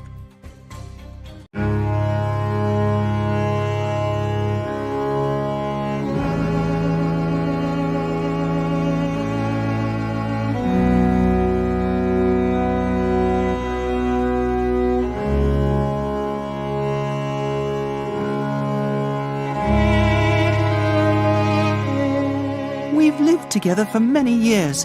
Where you go, I go. These were the words Ida Strauss said to her husband. One of the richest women on the Titanic didn't end up in a lifeboat. Ida chose to stay behind with her beloved Isidore. Moments earlier, she gave her maid a precious gift that probably saved her life. Isidor and Ida Strauss were both born in Germany and emigrated to the United States as kids. They met in New York and got married 5 years later. The couple had 7 children, but luckily, none of them were on the Titanic. Isidor worked for his father's shop in his late teens. Then, he started a china and porcelain business with his brother that grew into the glassware department at Macy's. Eventually, the brothers took over the entire department store and became multi-millionaires. Isidor and Ida were well known in New York for their wealth, charity, and their incredible love and devotion to each other. Whenever Isidor went on a business trip around the States or to Europe, his wife would go with him. When she couldn't, they'd write long letters to each other every day. The couple visited their native Germany every now and again, too. In 1912, they escaped the bone-chilling New York winter and headed for Europe. By that time, they'd already been married for 40 years. They mostly spent time in sunny southern France and also stopped by Isidor's hometown. In early April, it was time for them to sail back home to New York. They normally traveled on one of those huge German liners they had back then. This time, though, everyone was talking about the new luxury liner, the RMS Titanic. They couldn't resist it and immediately bought up some sweet first-class tickets. On April 10th, they boarded the newest ship of the White Star Line. This was going to be great. Ida and Isidor scored one of the 39 private suites at the top of the ship. The tickets cost around $100,000 in today's money. Some of the richest people in the world were staying next to them. The Strausses spent their evenings dining in front of a live orchestra in a hall filled with fancy furniture and expensive wooden paneling. They played chess and backgammon, visited the gym, the swimming pool, even checked out the on-deck squash courts. The luxury didn't last long, though. On the night of April 14th, the ship had its run-in with the most famous iceberg in history. It felt like a slight tremor, a little rumble, that's it. Nobody realized they were in any kind of danger. Passengers even started throwing snowballs made from the chunks of ice that had fallen on the deck. The ship officers told everyone they'd be fine. Moments later, Captain Edward Smith announced it was time to put those life jackets on and get into the lifeboats. All 20 of them were stored on the upper deck. They could have had more, but the ship's designers thought it would make the deck look too messy. There was actually a lifeboat drill scheduled for that day, but instead, they had the real thing. Pretty much only first-class passengers were going to be getting on those lifeboats. The Strausses left their private suite and waited for instructions from the crew. A lot of them were still confident. They told the passengers not to lose their passes. They'd need them when everyone got back on board. That was never going to happen. The ship was going under. The crew announced that women and children would board first. The Strausses were standing next to Lifeboat 8. Mr. Strauss, who was 67 at the time, was offered a seat with his wife because of his age. He refused it, saying he was not too old to sacrifice himself for a woman. He wanted to wait and make sure no women and children were left behind. Ellen Bird, Ida's new maid, hesitated before getting on the lifeboat, but Ida told her to go. There was still room for Ida, and the other first-class women were yelling to her to join them. It took about 10 minutes to load each boat. That's how long Ida had to choose her destiny. She took off her beautiful mink coat and handed it to her shivering maid. Ida said she wouldn't be needing it anymore. But the lifeboat wouldn't leave without her. Sailors tried to grab her and force her on the boat. Meanwhile, the Titanic's orchestra was still playing some pretty upbeat music in the background. Crazy. Ida dodged the sailors' hands and stayed on deck. Isidor was begging for her to go. She refused to leave him, no matter what. All the survivors in Lifeboat 8 remembered her final words about true love in the face of tragedy. "We've lived together for many years. Where you go, I go." It took a whole hour for the first lifeboat to splash down into the icy water. The last memory of the Titanic for many passengers was Isidor and Ida standing arm in arm on deck. More than 200 first-class passengers survived. Some of them said The Strausses sat down peacefully in 2 deck chairs, holding hands, just waiting. The 25 passengers on Lifeboat 8 spent the rest of the night rowing to safety. They were chasing what they thought were the lights of a ship. It turned out the rescue boat showed up from the opposite direction. They were lucky to be found at all. Many of the passengers, including Ellen Bird, shared the story of Ida and Isidore with reporters, saying it was their most important memory from that horrible night. A month later, around 30,000 people went to their memorial service. Even the mayor of New York showed up. No one seemed surprised the couple gave up their lives for others. Ellen Bird tried to give the famous mink coat back to the Strauss family, but they asked her to keep it in memory of Ida. The only thing that was with the Strausses that night that still exists is a gold and onyx locket. Isidore had it on his pocket watch. The locket had 2 photos in it, one of their oldest son and one of their oldest daughter. The locket was sealed so tight, the photos never got wet. Some of the jewelry from the Titanic stayed intact, even after 70 years. The 1985 expedition found necklaces, rings, brooches, cufflinks, all that kind of stuff. One rusty pocket watch they found had stopped at 1:45 a.m. That was about the time the ship went under. A book collector on the Titanic made sure his mother and her maid got into a lifeboat. He wasn't so lucky. In his luggage was a rare 400-year-old book. This collector was going back to New York after a successful book hunting trip. That little book's lying on the ocean floor somewhere, along with the 7 million pieces of mail the Titanic was transporting. One letter was written by a first-class passenger to his mother the day before the Titanic went down. It was the only letter written on board that survived the icy Atlantic. It was found folded up in a notebook inside a pocket. Another first-class passenger was a German-born chemist. He was traveling to New York to start his own perfume shop. All that was left of him was a bag full of perfume samples. As the Titanic was sinking, violinist Wallace Hartley and his orchestra kept playing to the very end.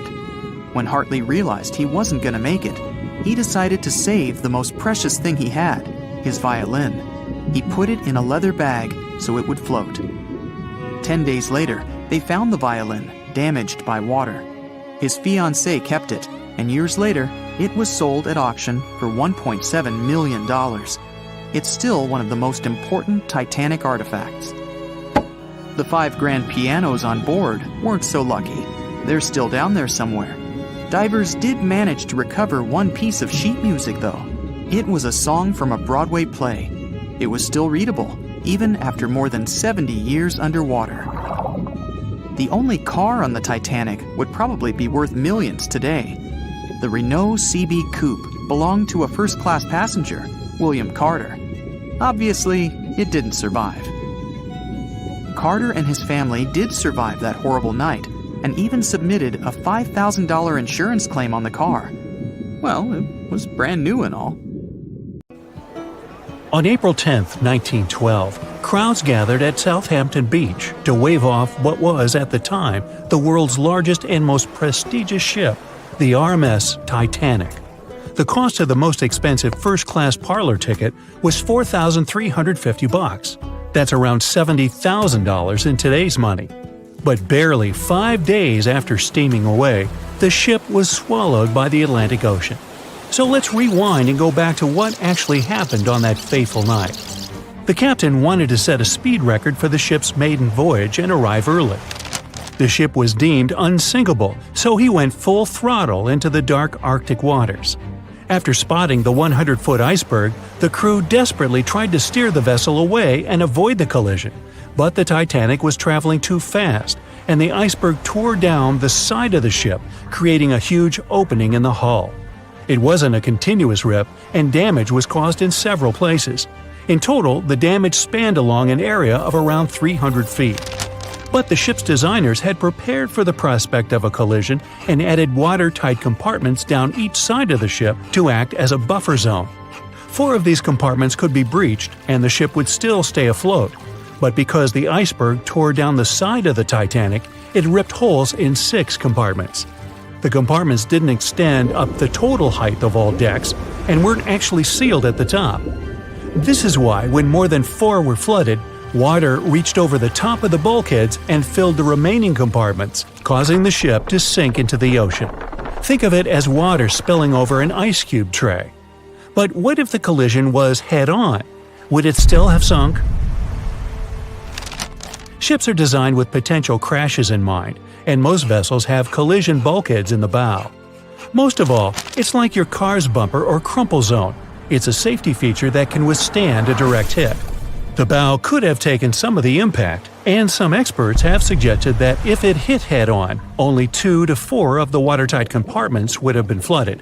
So, in theory, the Titanic might not have sunk, and it might have even been able to continue sailing to its final destination at a much slower speed. The force of impact would likely have been huge, though. But although passengers would have been injured by the force, they'd have been able to stay on the ship to wait to be rescued by other ships, rather than being forced into the icy waters of the Atlantic. Still, one of the Titanic's designers, Edward Wilding, suggested that the force of the impact might not have actually been that big. He told the British Inquiry that lots of people scarcely felt the collision, and he believed the ship would not have sunk if it did hit the iceberg head-on. The ship was also designed with remotely operated watertight doors between all compartments, so any floods could have been quickly sorted out. Because Titanic had 6 breaches from the side collision, and because it happened so quickly, sealing the doors wouldn't have made a difference, as it was essentially impossible to save it by that point. The ship immediately began to flood, with water pouring in at a rate of roughly 7 tons per second, 15 times faster than it could be pumped out. So, while it sounds like the Titanic would have survived had the ship hit the iceberg head-on, this idea does come with some issues. First off, the collision bulkheads were designed to survive a crash with another ship, not a giant iceberg. If 2 ships collided, both would absorb some of the impact in their bulkheads, sharing the impact and likely staying afloat. But an iceberg is stationary, meaning that Titanic would absorb most of the energy from the collision. If Titanic hit head first, because of the speed it was traveling, the impact would have likely traveled down the whole body of the ship. Just imagine a 46,000-ton ship traveling at around 20 knots. At some point, it hits an iceberg that weighs what could be over 100,000 tons. This collision would likely create a powerful force causing massive damage to the vessel. It is likely that seams would split, staircases would come tumbling down, and rivets would burst open across the ship. All that would have potentially flooded even more compartments. This could have caused Titanic to sink in a matter of minutes rather than hours. But that's just the tip of the iceberg. As we all know, the biggest part of it is hidden underwater.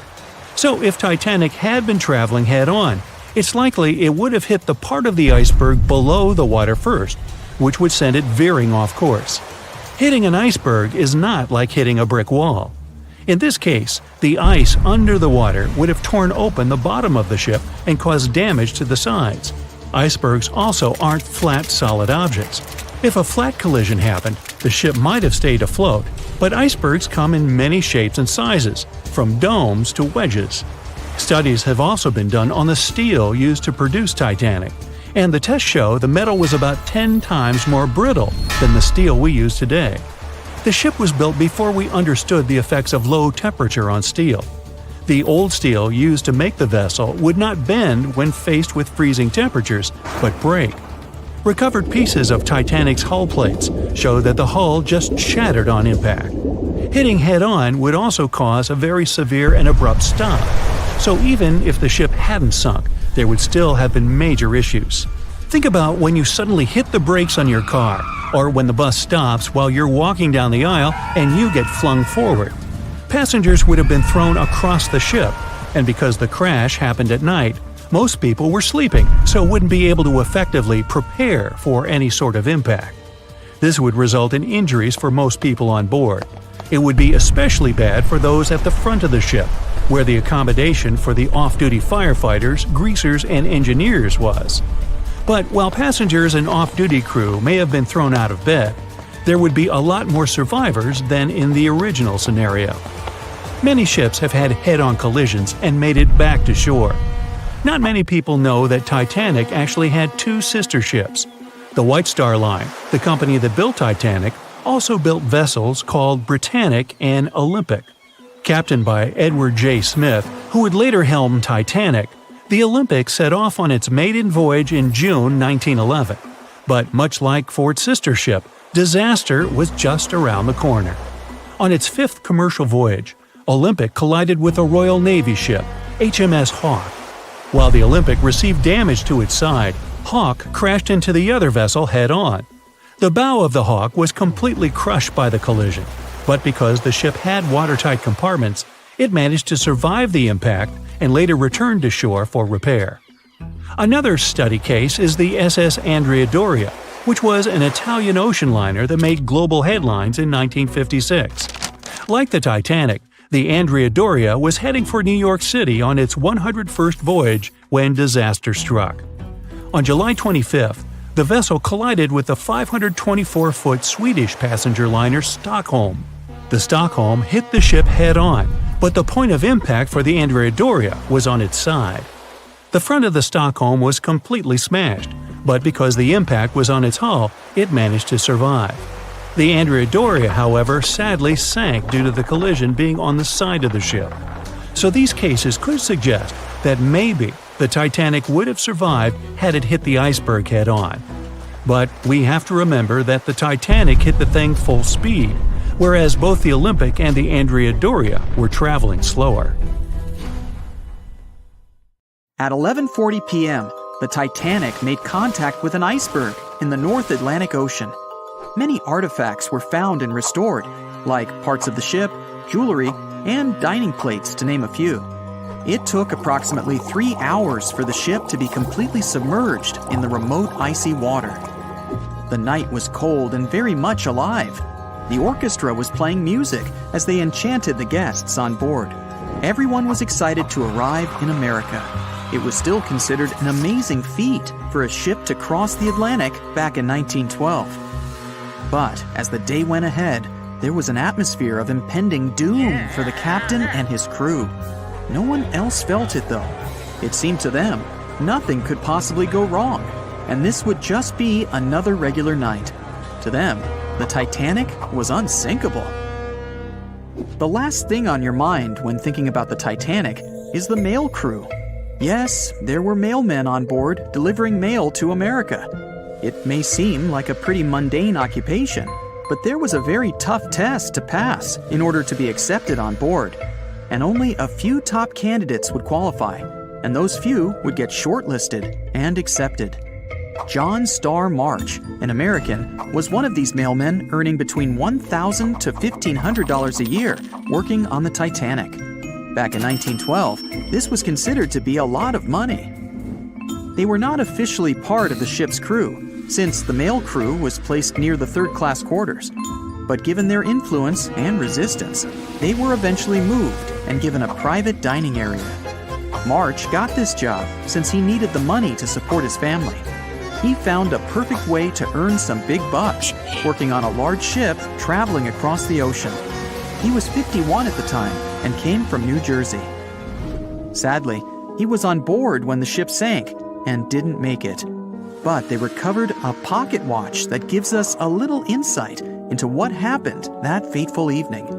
It's a gold case engraved with filigree and had a caption saying it was made by the Elgin National Watch Company.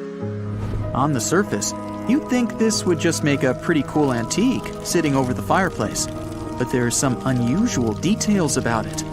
There are obvious signs water seeped beneath the glass, and the black arms of the watch indicate the time to be exactly 1:27. It leaves us wondering why the clock stopped at this precise hour. What was the owner doing? The mail clerks were operating a fully functioning and efficient mail sorting facility on board the Titanic. This wasn't something you'd come by often on a cruise ship, since typical ocean liners use closed mail bags to transport the mail from one port to another. But the mail sorting facility on the Titanic allowed passengers to send out postcards whenever the ship docked in transit zones in Ireland and France. According to reports, people started heading back to their rooms at around 11 p.m., but some of them were still hanging around and enjoying their night. The 5 mailmen were celebrating a colleague's birthday in their separate dining room. 5 minutes before impact, crew members spotted the iceberg and rang the bell 3 times as a warning that something was ahead of the ship. They gave orders for the Titanic to move left, or, as they say in the biz, hard a starboard, to make the engines reverse. It was not enough to avoid the great impact. At 11:40 p.m., the Titanic struck the iceberg, and disaster erupted on the inside. Not just water seeping in and ultimately sinking the ship, but panic and chaos among the passengers and crew members. Captain Smith reached the deck and was informed that the Titanic had hit an iceberg. And at the same time, the mailroom began filling with water. We know that the 880-foot ship was completely submerged at around 2:20 a.m., with 706 survivors. The time between the impact and the sinking was really eventful. At midnight, they started getting the lifeboats ready for the passengers to evacuate. Orders were given for women and children to board the safety boats with some crewmen to guide and operate them. The problem was that the 20 safety boats available could only host 1,178 people out of the total of more than 2,200 passengers on board. March and his colleagues began sorting out the mail. There was chaos in directing and ordering around. With each second passing, icy cold water was filling the ship. 15 minutes after midnight, Captain Smith ordered his crew members to send out a distress signal. Even though SOS was established earlier than the Titanic, many others used CQD. The CQ stands for General Call, and the D is Distress. The Frankfurt was too far away to help, even though it was one of the first to respond. Even the Titanic's sister ship, the Olympic, responded, but it also was too far away.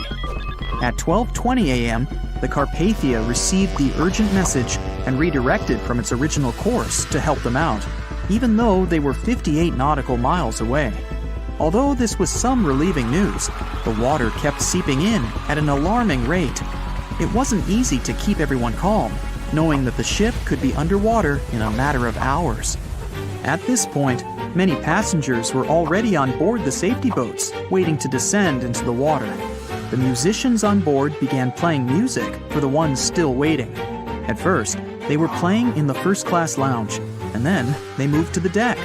There's a debate on how long they were playing for and what song it was. None of the musicians made it out. The 5 mailmen on board were also doing their duties while the ship was sinking. According to a ship officer, the mailroom was already covered in water above the ankles, and the mailmen were busy trying to save as much mail as they could. March was one of them. There were bags of mail floating around. They started with the registered mail. Witnesses of the Titanic sinking reported the mailmen were putting bags of mail on the deck to keep them from getting wet until help arrived. They also mentioned bags of mail were floating about in the freezing water. It wasn't until 12:45 a.m. when lifeboat number 7 on the left side of the ship was lowered onto the water. Even though it had room for roughly 65 people, only 27 people were inside. Many of the safety boats carried fewer passengers than their maximum capacity allowed. The crew were worried that the boats would capsize if so many people were on them. Some reports suggest that some people even refused to board the safety ships, sticking with the claim that the Titanic was unsinkable. At the same time, they fired up one of the 8 distress rockets in the air, but it didn't get them any help. At 12:55 a.m., the second and third safety boats were descended to the waters with 2 male passengers jumping on board. 5 minutes later, another safety boat was lowered with around 39 people. At this point, water entered the base of the grand staircase. In the next 20 minutes, more safety boats were lowered, most of them underloaded. Still no help. The Carpathia was still on the way. Panic was growing, and tensions were rising. There was a lot of anger for people being left behind. At around 1:30 a.m., things were getting out of control. The organized boarding of passengers to the safety boats stopped. March's watch stopped 3 minutes earlier, which could mean he was part of the scuffle between crew members and passengers. It took 3 hours for the Carpathia to arrive. March wasn't among the survivors. His watch proved to be one of the essential findings lost in the wreckage of the Titanic. It was eventually returned to March's 2 daughters, and now it's in one of the collections of the National Postal Museum. March was a man who did what he had to do in the worst circumstances. Time was a precious commodity for the people on board the ship, and this watch proved valuable to learn more about the tragic yet inspiring stories of the Titanic. It was the start of 1912. A giant chunk of ice broke off a glacier in southwest Greenland. The ice was made up of snow that had fallen thousands of years before the event, perhaps as far back as when mammoths still roamed the earth. The iceberg started its journey. It was a huge thing, more than 1,700 feet long and weighing over 75 million tons. It was also a very peaceful chunk of ice. It steered clear of ships and busy transport routes. And then, it somehow floated much further south than other bergs did. Our iceberg was lucky. Others melt long before they get to these low latitudes. Out of up to 30,000 icebergs that drift away from Greenland's glaciers, only 1% ever make it all the way to the Atlantic. Even after melting into the water for months, this massive block of ice was still almost twice as heavy as the Golden Gate Bridge. The iceberg's top part was towering 10 stories over the ocean's surface. Several days before our iceberg made it to the Atlantic Ocean, a magnificent ship left port. It was a luxury liner carrying more than 3,000 passengers and crew members. At that time, it was the largest ship ever built. It was the Titanic.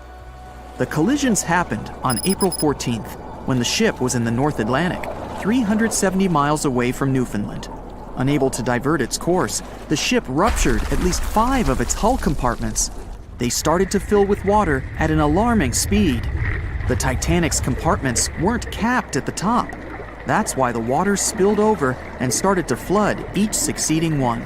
The front of the ship began to sink, causing the back part to lift vertically into the air. And then, with a deafening roar, the liner broke in half. The rest is history. But what happened to the iceberg after that? On April 15th, the German ocean liner SS Prinz Adalbert was sailing through the North Atlantic. It was traveling a few miles away from the place where the Titanic had sunk several hours prior. The German ship's chief steward, who hadn't learned about the disaster yet, saw an iceberg. What drew his attention was a large streak of red paint going along the iceberg's base. Surprised, the man took a photo of his discovery. He thought the paint meant a ship had hit the iceberg within the past 12 hours. The next person who saw the iceberg and took another photo of it was the captain of a vessel laying deep-sea telecommunication cables. The ship was sent to help in the area where the Titanic had sunk.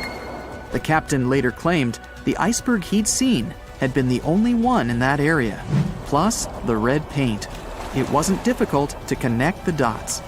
In 2015, one of these photos sold at auction for over $32,000. And still, experts are unsure whether the image really shows the infamous block of ice.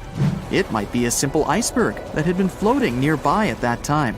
The great unsinkable ship was gone, sunken to the bottom of the North Atlantic, where it remains to this day. But the iceberg continued on its way, perplexing a few witnesses and slowly melting into the surrounding water. It would vanish completely before the end of the year. On the night of April 14th to 15th, 1912, the most modern and unsinkable ship collided with an iceberg and sunk. And it was incredibly scary. Just imagine a huge cruise ship, several times the size of the Statue of Liberty, crashing into a massive chunk of ice and sinking. It's dark and cold. All you can hear is the rumbling and grinding of breaking metal and wood. All that surrounds you is the icy waters of the endless Atlantic Ocean. There's almost no connection with the outside world. There are no phones or internet. Nobody else on the whole planet knows that the ship is sinking. It's a real nightmare. But the most shocking thing is that the people who were on the Titanic that day didn't panic. They were calm, maybe a little worried, but there was no fear on their faces. To understand why they weren't afraid during one of the biggest disasters of the 20th century, you need to see what was going on through their eyes. So, you're a passenger on the infamous ocean liner. Your cabin is located on one of the top decks of the ship. You've just had a great time with your friends at dinner. Now musicians are playing a beautiful melody. Waiters are serving dessert. You go out onto the deck and enjoy the tranquility of the mighty ocean. At this moment, you feel an incredible sense of security and comfort. You're proud that you're one of the first people in the world to travel on the most high-tech ship on the planet. You go to bed in your cabin and wake up because a crew member gently knocks on your door and asks you to go to the deck. There's some kind of issue, but there's no reason to panic. No problem. You'll be happy to go out and take a look at the night sky. The moment when the ship collided with the iceberg felt like nothing more than a slight push, and some passengers didn't even hear it. They realized that something was wrong only when stewards knocked on their doors and asked them to go outside. You're on the deck. There are already a lot of people here. Everyone is more or less calm. Passengers are talking about what might have happened. Listening to the conversations around you, you figure out that the ship is supposedly sinking. The idea seems like nonsense to you, but even if it is true, all passengers will be evacuated in lifeboats anyway. At that time, people didn't know there were half as many rescue boats as needed. Passengers were sure that everyone would be saved. Evacuation begins. Women and children go first. No one panics or tries to get into a boat before it's their turn. All men behave gentlemanly and help crew members to evacuate women. One passenger wants to get into the boat with his wife, but it's not because he's afraid to stay on the Titanic. He's just worried. It seems to him that it's less safe in the boat than on the giant liner. He doesn't want to leave his wife alone, but the crew members explain the situation to him, and the man retreats without any resistance.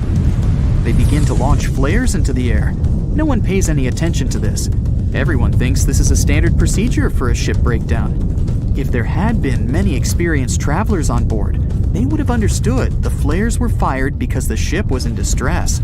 Perhaps then, people would have started panicking, but most of the passengers simply didn't notice it. The boats are lowered one by one. People are watching the evacuation, patiently waiting for their turn.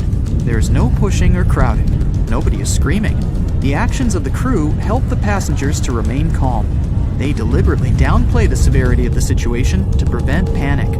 Someone says the boats are launched simply as a precaution. Also, the crew members claim that a rescue ship is heading for the Titanic and is just a few miles away.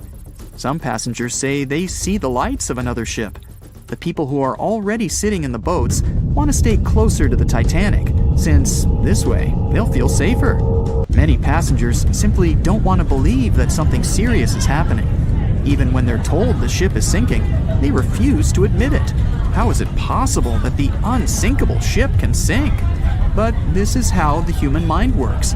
In extreme situations, it refuses to believe that something bad is going to happen now. You don't even want to think about it. One of the passengers says that it seems to her that the danger is exaggerated. She claims that all people will return to the Titanic at any moment. Some passengers are afraid, and still, they don't want to leave the ship. Warm cabins and the safest ship in the world are here. The alternative is the ice-cold ocean and small, unstable rescue boats. Someone refuses to leave the ship because they can't find their baggage. Some passengers carry all their belongings with them. They don't want to leave them on the sinking ship. There are many immigrants on board, and some of them don't even understand English. The crew members can't explain to them what's happening. These passengers misunderstand stewards' instructions during the evacuation. They can't figure out the inscriptions on the evacuation signs. Many passengers are sure there's been some kind of breakdown in the engine compartment. The problem will be solved soon, and the Titanic will continue its journey. People only start to realize that the ship is going down when it begins tilting forward, and its rear part starts rising above the water. That's when those around you start panicking. Some jump into the water, others climb into the lifeboats without waiting in line. But in general, there's no chaos and hysteria. And this is despite the fact that there are about 1,500 people on the ship. Scientists claim that some of them never even left their cabins. Those people refused to leave their stuff behind and didn't believe that something serious had happened. During the evacuation, the orchestra is playing. This helps people to keep their cool. They hear music, and it seems to them that everything will be fine. The music keeps playing on the Titanic almost until the very end. At about 2:05 a.m., the crew lowers the last boat with passengers. 15 minutes later, the ship goes underwater. Even after the tragedy, the surviving passengers can't really understand what's happened to them. They remember boarding the boats and moving away from the huge vessel, and they won't forget seeing it go under the water. But even after a while, they still can't realize what a terrible catastrophe they've just experienced. Sometime later, people began to write books about those fateful events. They made documentaries and feature films. The news about the Titanic was in every newspaper. It spread all over the world. In any description of that day, the tragedy looks like a terrible disaster. But those who were there admit they didn't feel all-consuming dread. They just couldn't believe what was happening that day. The tragedy of the Titanic might seem more terrible for people who heard about it than for people who experienced it. Many people around the world refused to go on board large ocean liners after the catastrophe. They were afraid of what could happen to them. At the same time, a lot of passengers who survived on the Titanic continued to travel by other ships. There was a woman who survived 3 shipwrecks, including the Titanic, and she still continued traveling. And what if people tried to raise the Titanic from the sea floor? This happened many years after the shipwreck. Then, the $5 million operation failed. Nylon slings were attached to a large part of the sunken ship. The other ends of the slings were connected to diesel engines. For the entire operation, a mini-submarine was used. A piece of the Titanic, weighing 21 tons, was being pulled up when one of the slings tore. And then, one by one, the other cables began to snap too. The huge piece of the ship fell back to the seafloor. By that time, the participants of the rescue operation had run out of food supplies. And since the nearest shore was quite far away, they decided not to give it another try. Once a famous giant, the largest ship of that time. Now 2 grand pieces lying on the ocean bottom about 2,000 feet apart, torn by the catastrophic collision of time itself. The stern of the Titanic got completely ruined after hitting the ocean floor. But you can still recognize the bow since many interiors were left preserved. There's a type of bacteria found on the ship's rusticles.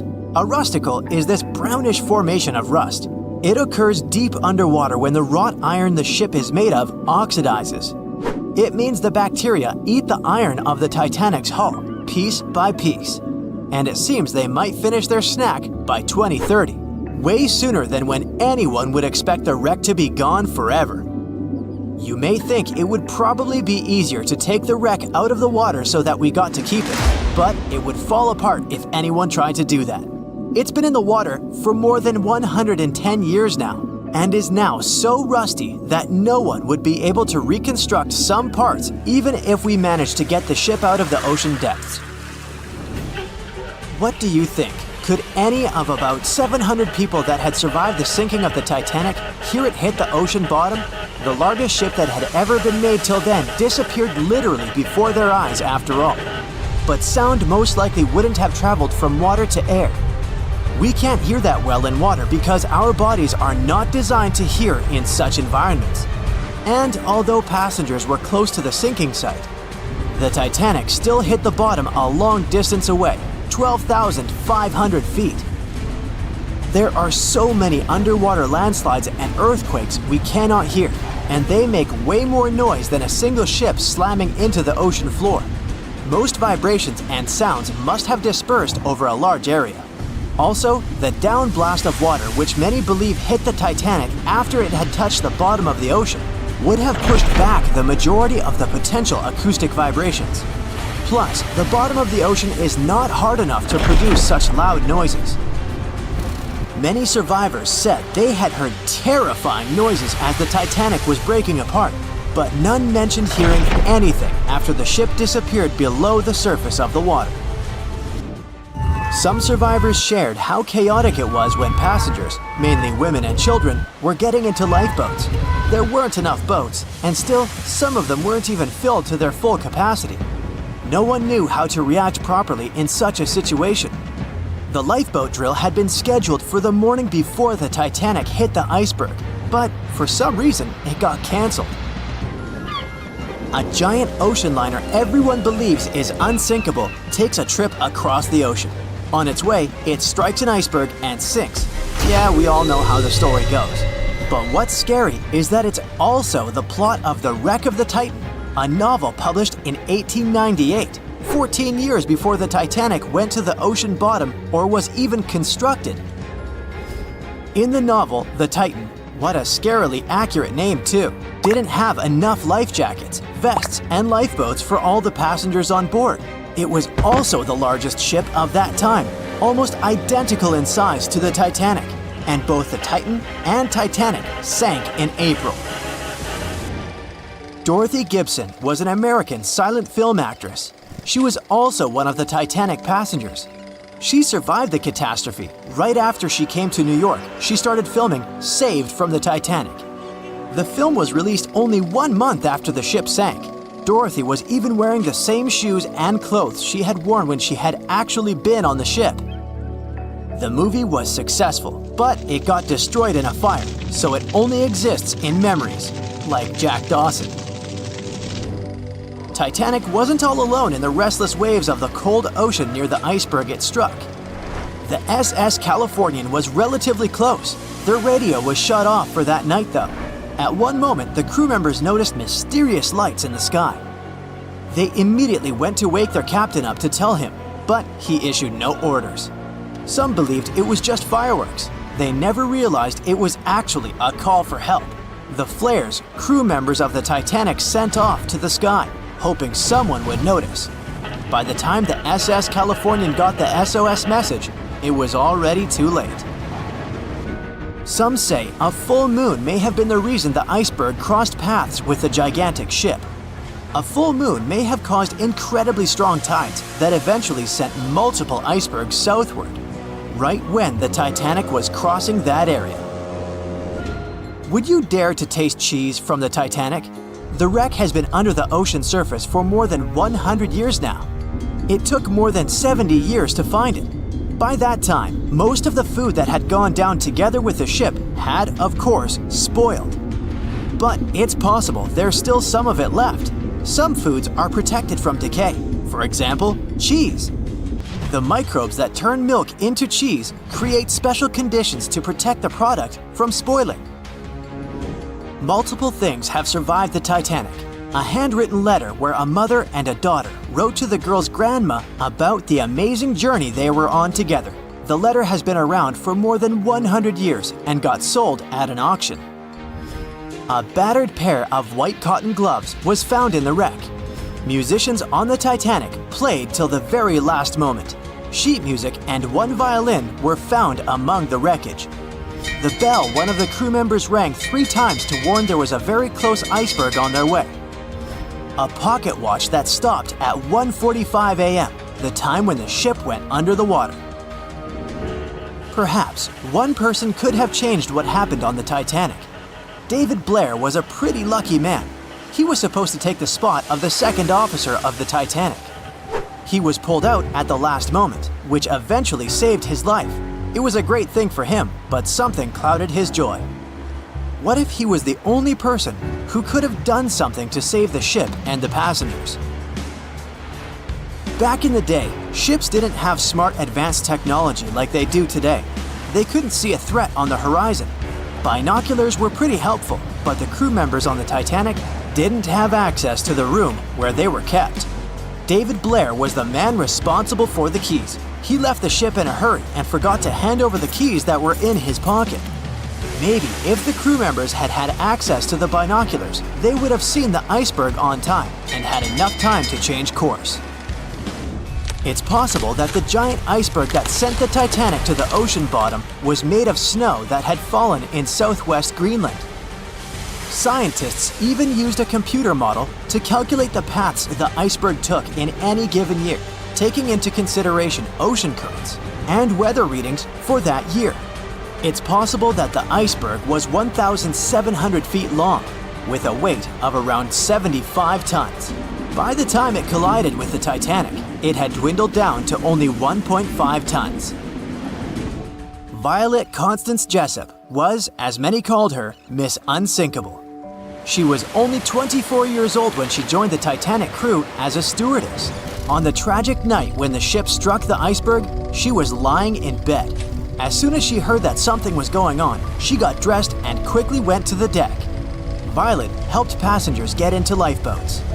4 years later, she was on the Britannic, the Titanic's sister ship. Once again, the ship started sinking.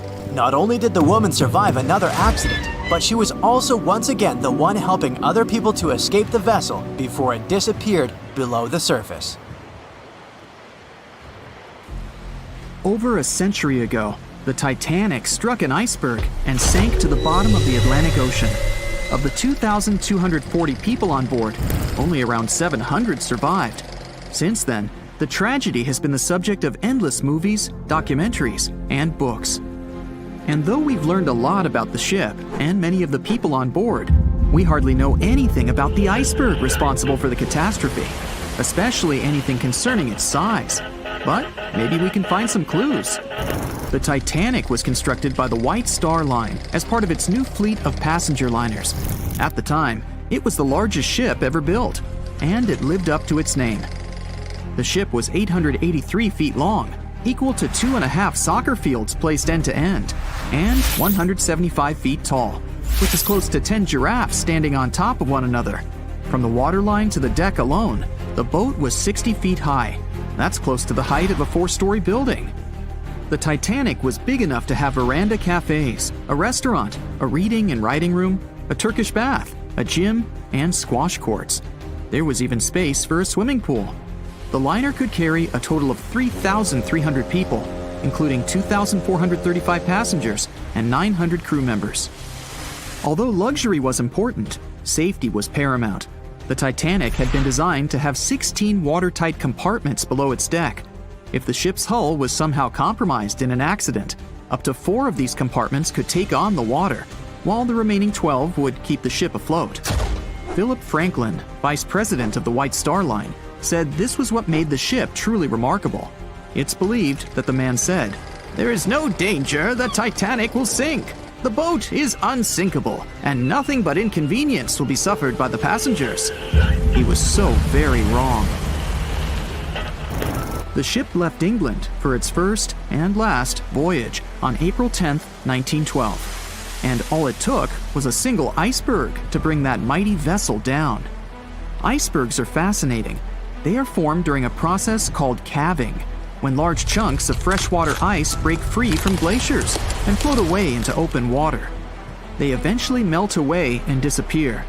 In the northern hemisphere, the majority of these icebergs come from Greenland. In the south, they come from Antarctica. What you see on top of the water is only a small portion of an iceberg. This is just the tip. Most of it, up to 90%, is hidden under the water. Only when you examine pictures of the entire thing can you truly appreciate how massive icebergs are. It's the part of the iceberg you can't see that is often the most dangerous. Beneath the waves, it can have jagged edges in random places. A ship can easily get too close without realizing it, resulting in serious damage to the bottom of the boat. And it's not just big icebergs you have to watch out for. Smaller ones, which are more difficult to spot, can prove to be just as dangerous. A growler, for example, is under 7 feet long, with just a bit more than 3 feet showing above the water. And a slightly larger bergy bit is less than 15 feet in size. The dangers of icebergs were well known when the Titanic set sail. In 1901, the Islander was traveling through the inside passage to Alaska.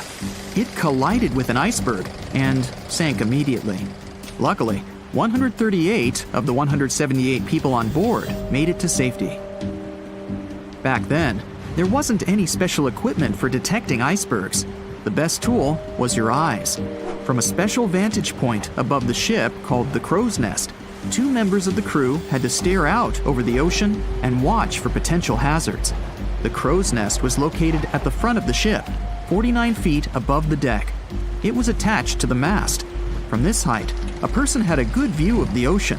If they saw anything suspicious, they could ring a large bell to sound the alarm. After that, they could call from a special telephone to warn the captain of any danger.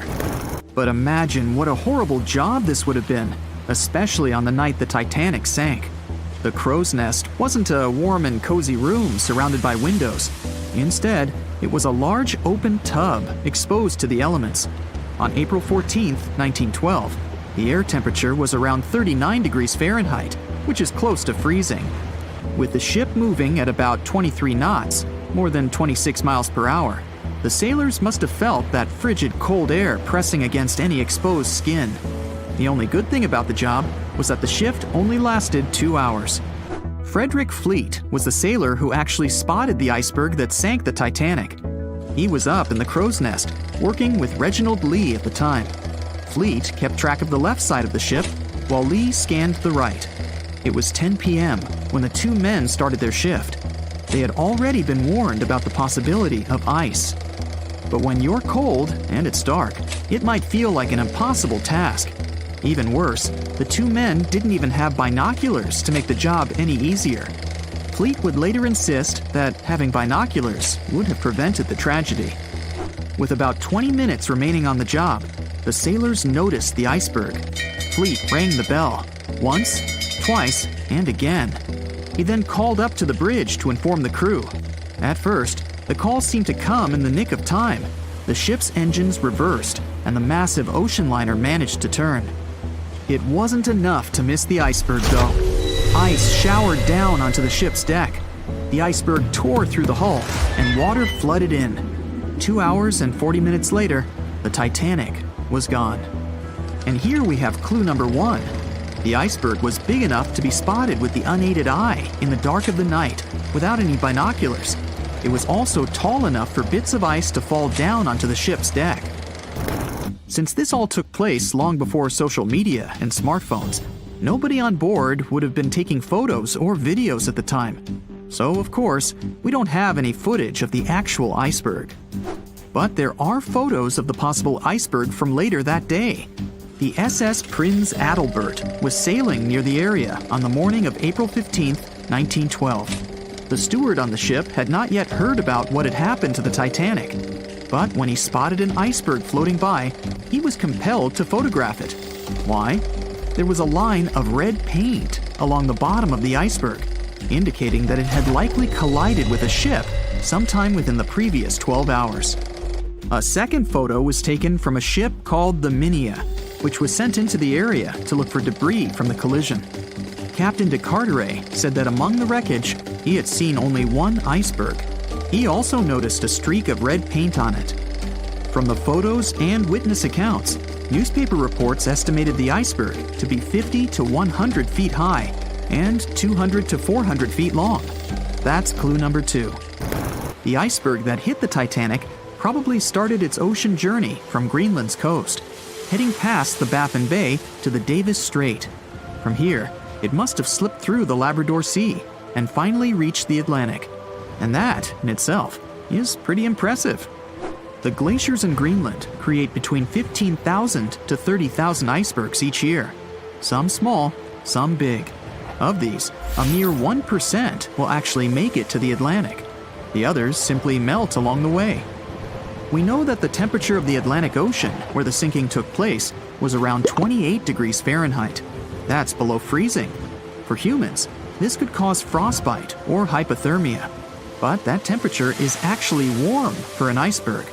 Most would only last 2 to 3 years in the North Atlantic, slowly melting into the warmer water. Based on this, it's likely that the Titanic's iceberg left Greenland in 1910 or 1911 and was fully melted by late 1912 or 1913. But since it did make it to the Atlantic and managed to cause significant damage to the ship, we have clue number 3. We will never know for certain the size of the iceberg from that day, but we do know that it definitely wasn't a growler or a bergy bit. Both those types of icebergs are much too small. And if the ice was indeed scattered across the deck during the collision, the iceberg must have been a little taller than 60 feet. The newspaper estimates are probably as close as we're going to get. The iceberg that took down the Titanic was indeed a formidable one, and icebergs are still a threat. As recently as 2007, the cruise ship Explorer struck one and sank in Antarctica's Weddell Sea. Luckily, everybody survived. The International Ice Patrol was created in 1914 following the Titanic's sinking. The organization is still in operation today, made up of representatives from several countries. Using airplanes and radar, the patrol locates and tracks larger icebergs, making the information available to anyone who needs it and preventing more ocean tragedies in the process. Everyone knows the story of the Titanic, but not many people know that Titanic had two sister ships, and that on the night of its sinking, one of them was rushing to help but didn't make it in time. Bad luck seemed to follow the trio of ships, but each one of them had glorious moments that live in the minds of those who sailed in them. Keep on watching to discover a story of awe, ingenuity, and ill fate. And don't forget to click the subscribe button and turn notifications on to join us on the bright side of life. You know how the iceberg hit the Titanic, how the band played to the end, and how the whole tragedy unfolded, but before it happened, it would have seemed an impossibility for such a ship to meet the end it did. None of that could have been foreseen by White Star Line, the company who built the Titanic, who had high hopes for what the unsinkable ship and its sister ships, the Britannic and the Olympic, would accomplish. The Olympic was the first of the trio to make sail on June 11, 1911, heading towards New York. The sheer size of it would wow the crowds. The Olympic's maiden voyage went without incident, and a crowd of 8,000 people in New York got to explore its luxurious accommodations while it was docked there. There were high expectations for the massive ship, but just around 2 months later, the Olympic crashed with the HMS Hawke. The Hawke got the brunt of the damage, as the bow was left flat as a pancake. After the crash, the Olympic made its way slowly back to Belfast, where the Titanic was being constructed. On the dock, people could see the two enormous ships side by side, as parts of the Titanic were used to put the Olympic back in shape. A rare sight to behold. And on April 14, 1912, the Titanic hit an iceberg, and minutes later, the crew radioed nearby ships for help. That night, the Olympic was returning from New York when it received the distress signal. The ship turned around and rushed at full speed towards the Titanic, but they were so far away that they would have arrived next night. At some point during the early hours of April 15, 1912, the crew of the Olympic decided they wouldn't make it in time and stopped course. The survivors of the Titanic were eventually rescued by the Carpathia. Olympic was set up with lifeboats for all crew and passengers after the Titanic sank.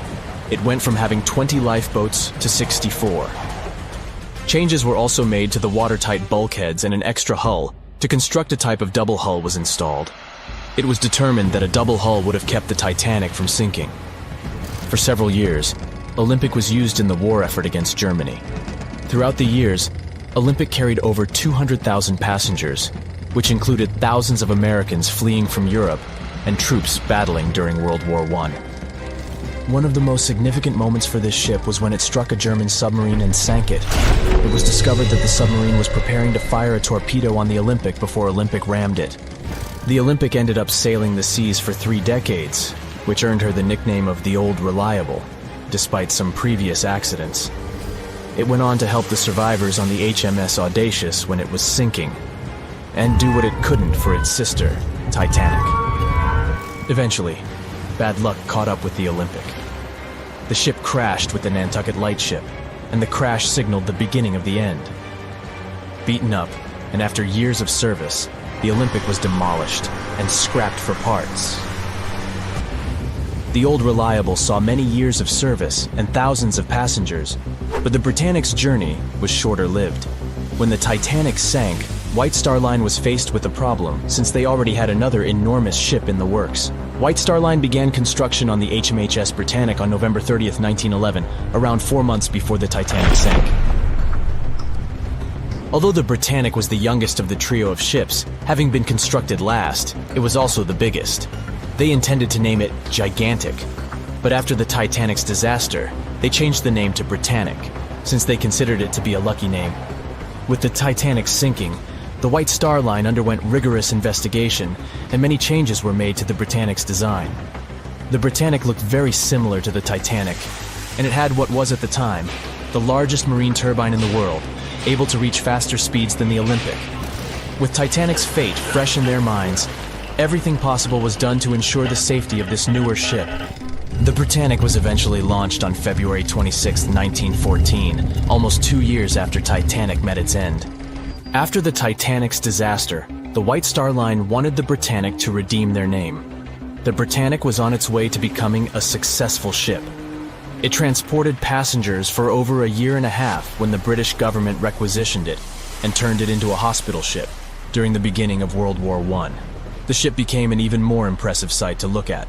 It was painted all white, with enormous red crosses on its side to indicate it was a hospital ship. One of the ship's surgeons, Dr. J.T.H. Beaumont, thought of it as the most wonderful hospital ship that ever sailed the seas. It could treat as many as 3,309 patients at once. This is how the Britannic became His Majesty's Hospital Ship, or HMHS Britannic. Though the sight of this magnificent ship must have put a smile on a wounded soldier's face or two, the Britannic didn't operate for long. Just a year after it was turned into a hospital ship, the Britannic was making its way through the Aegean Sea to pick up wounded soldiers, when it was struck by a loud explosion. The passengers didn't know what had happened, but headed to the deck to disembark. It is unclear what hit the Britannic, but the general consensus is that it was struck by a mine left by a German U-boat, though some still believe a torpedo hit it. The captain tried to move the ship to a beach close by,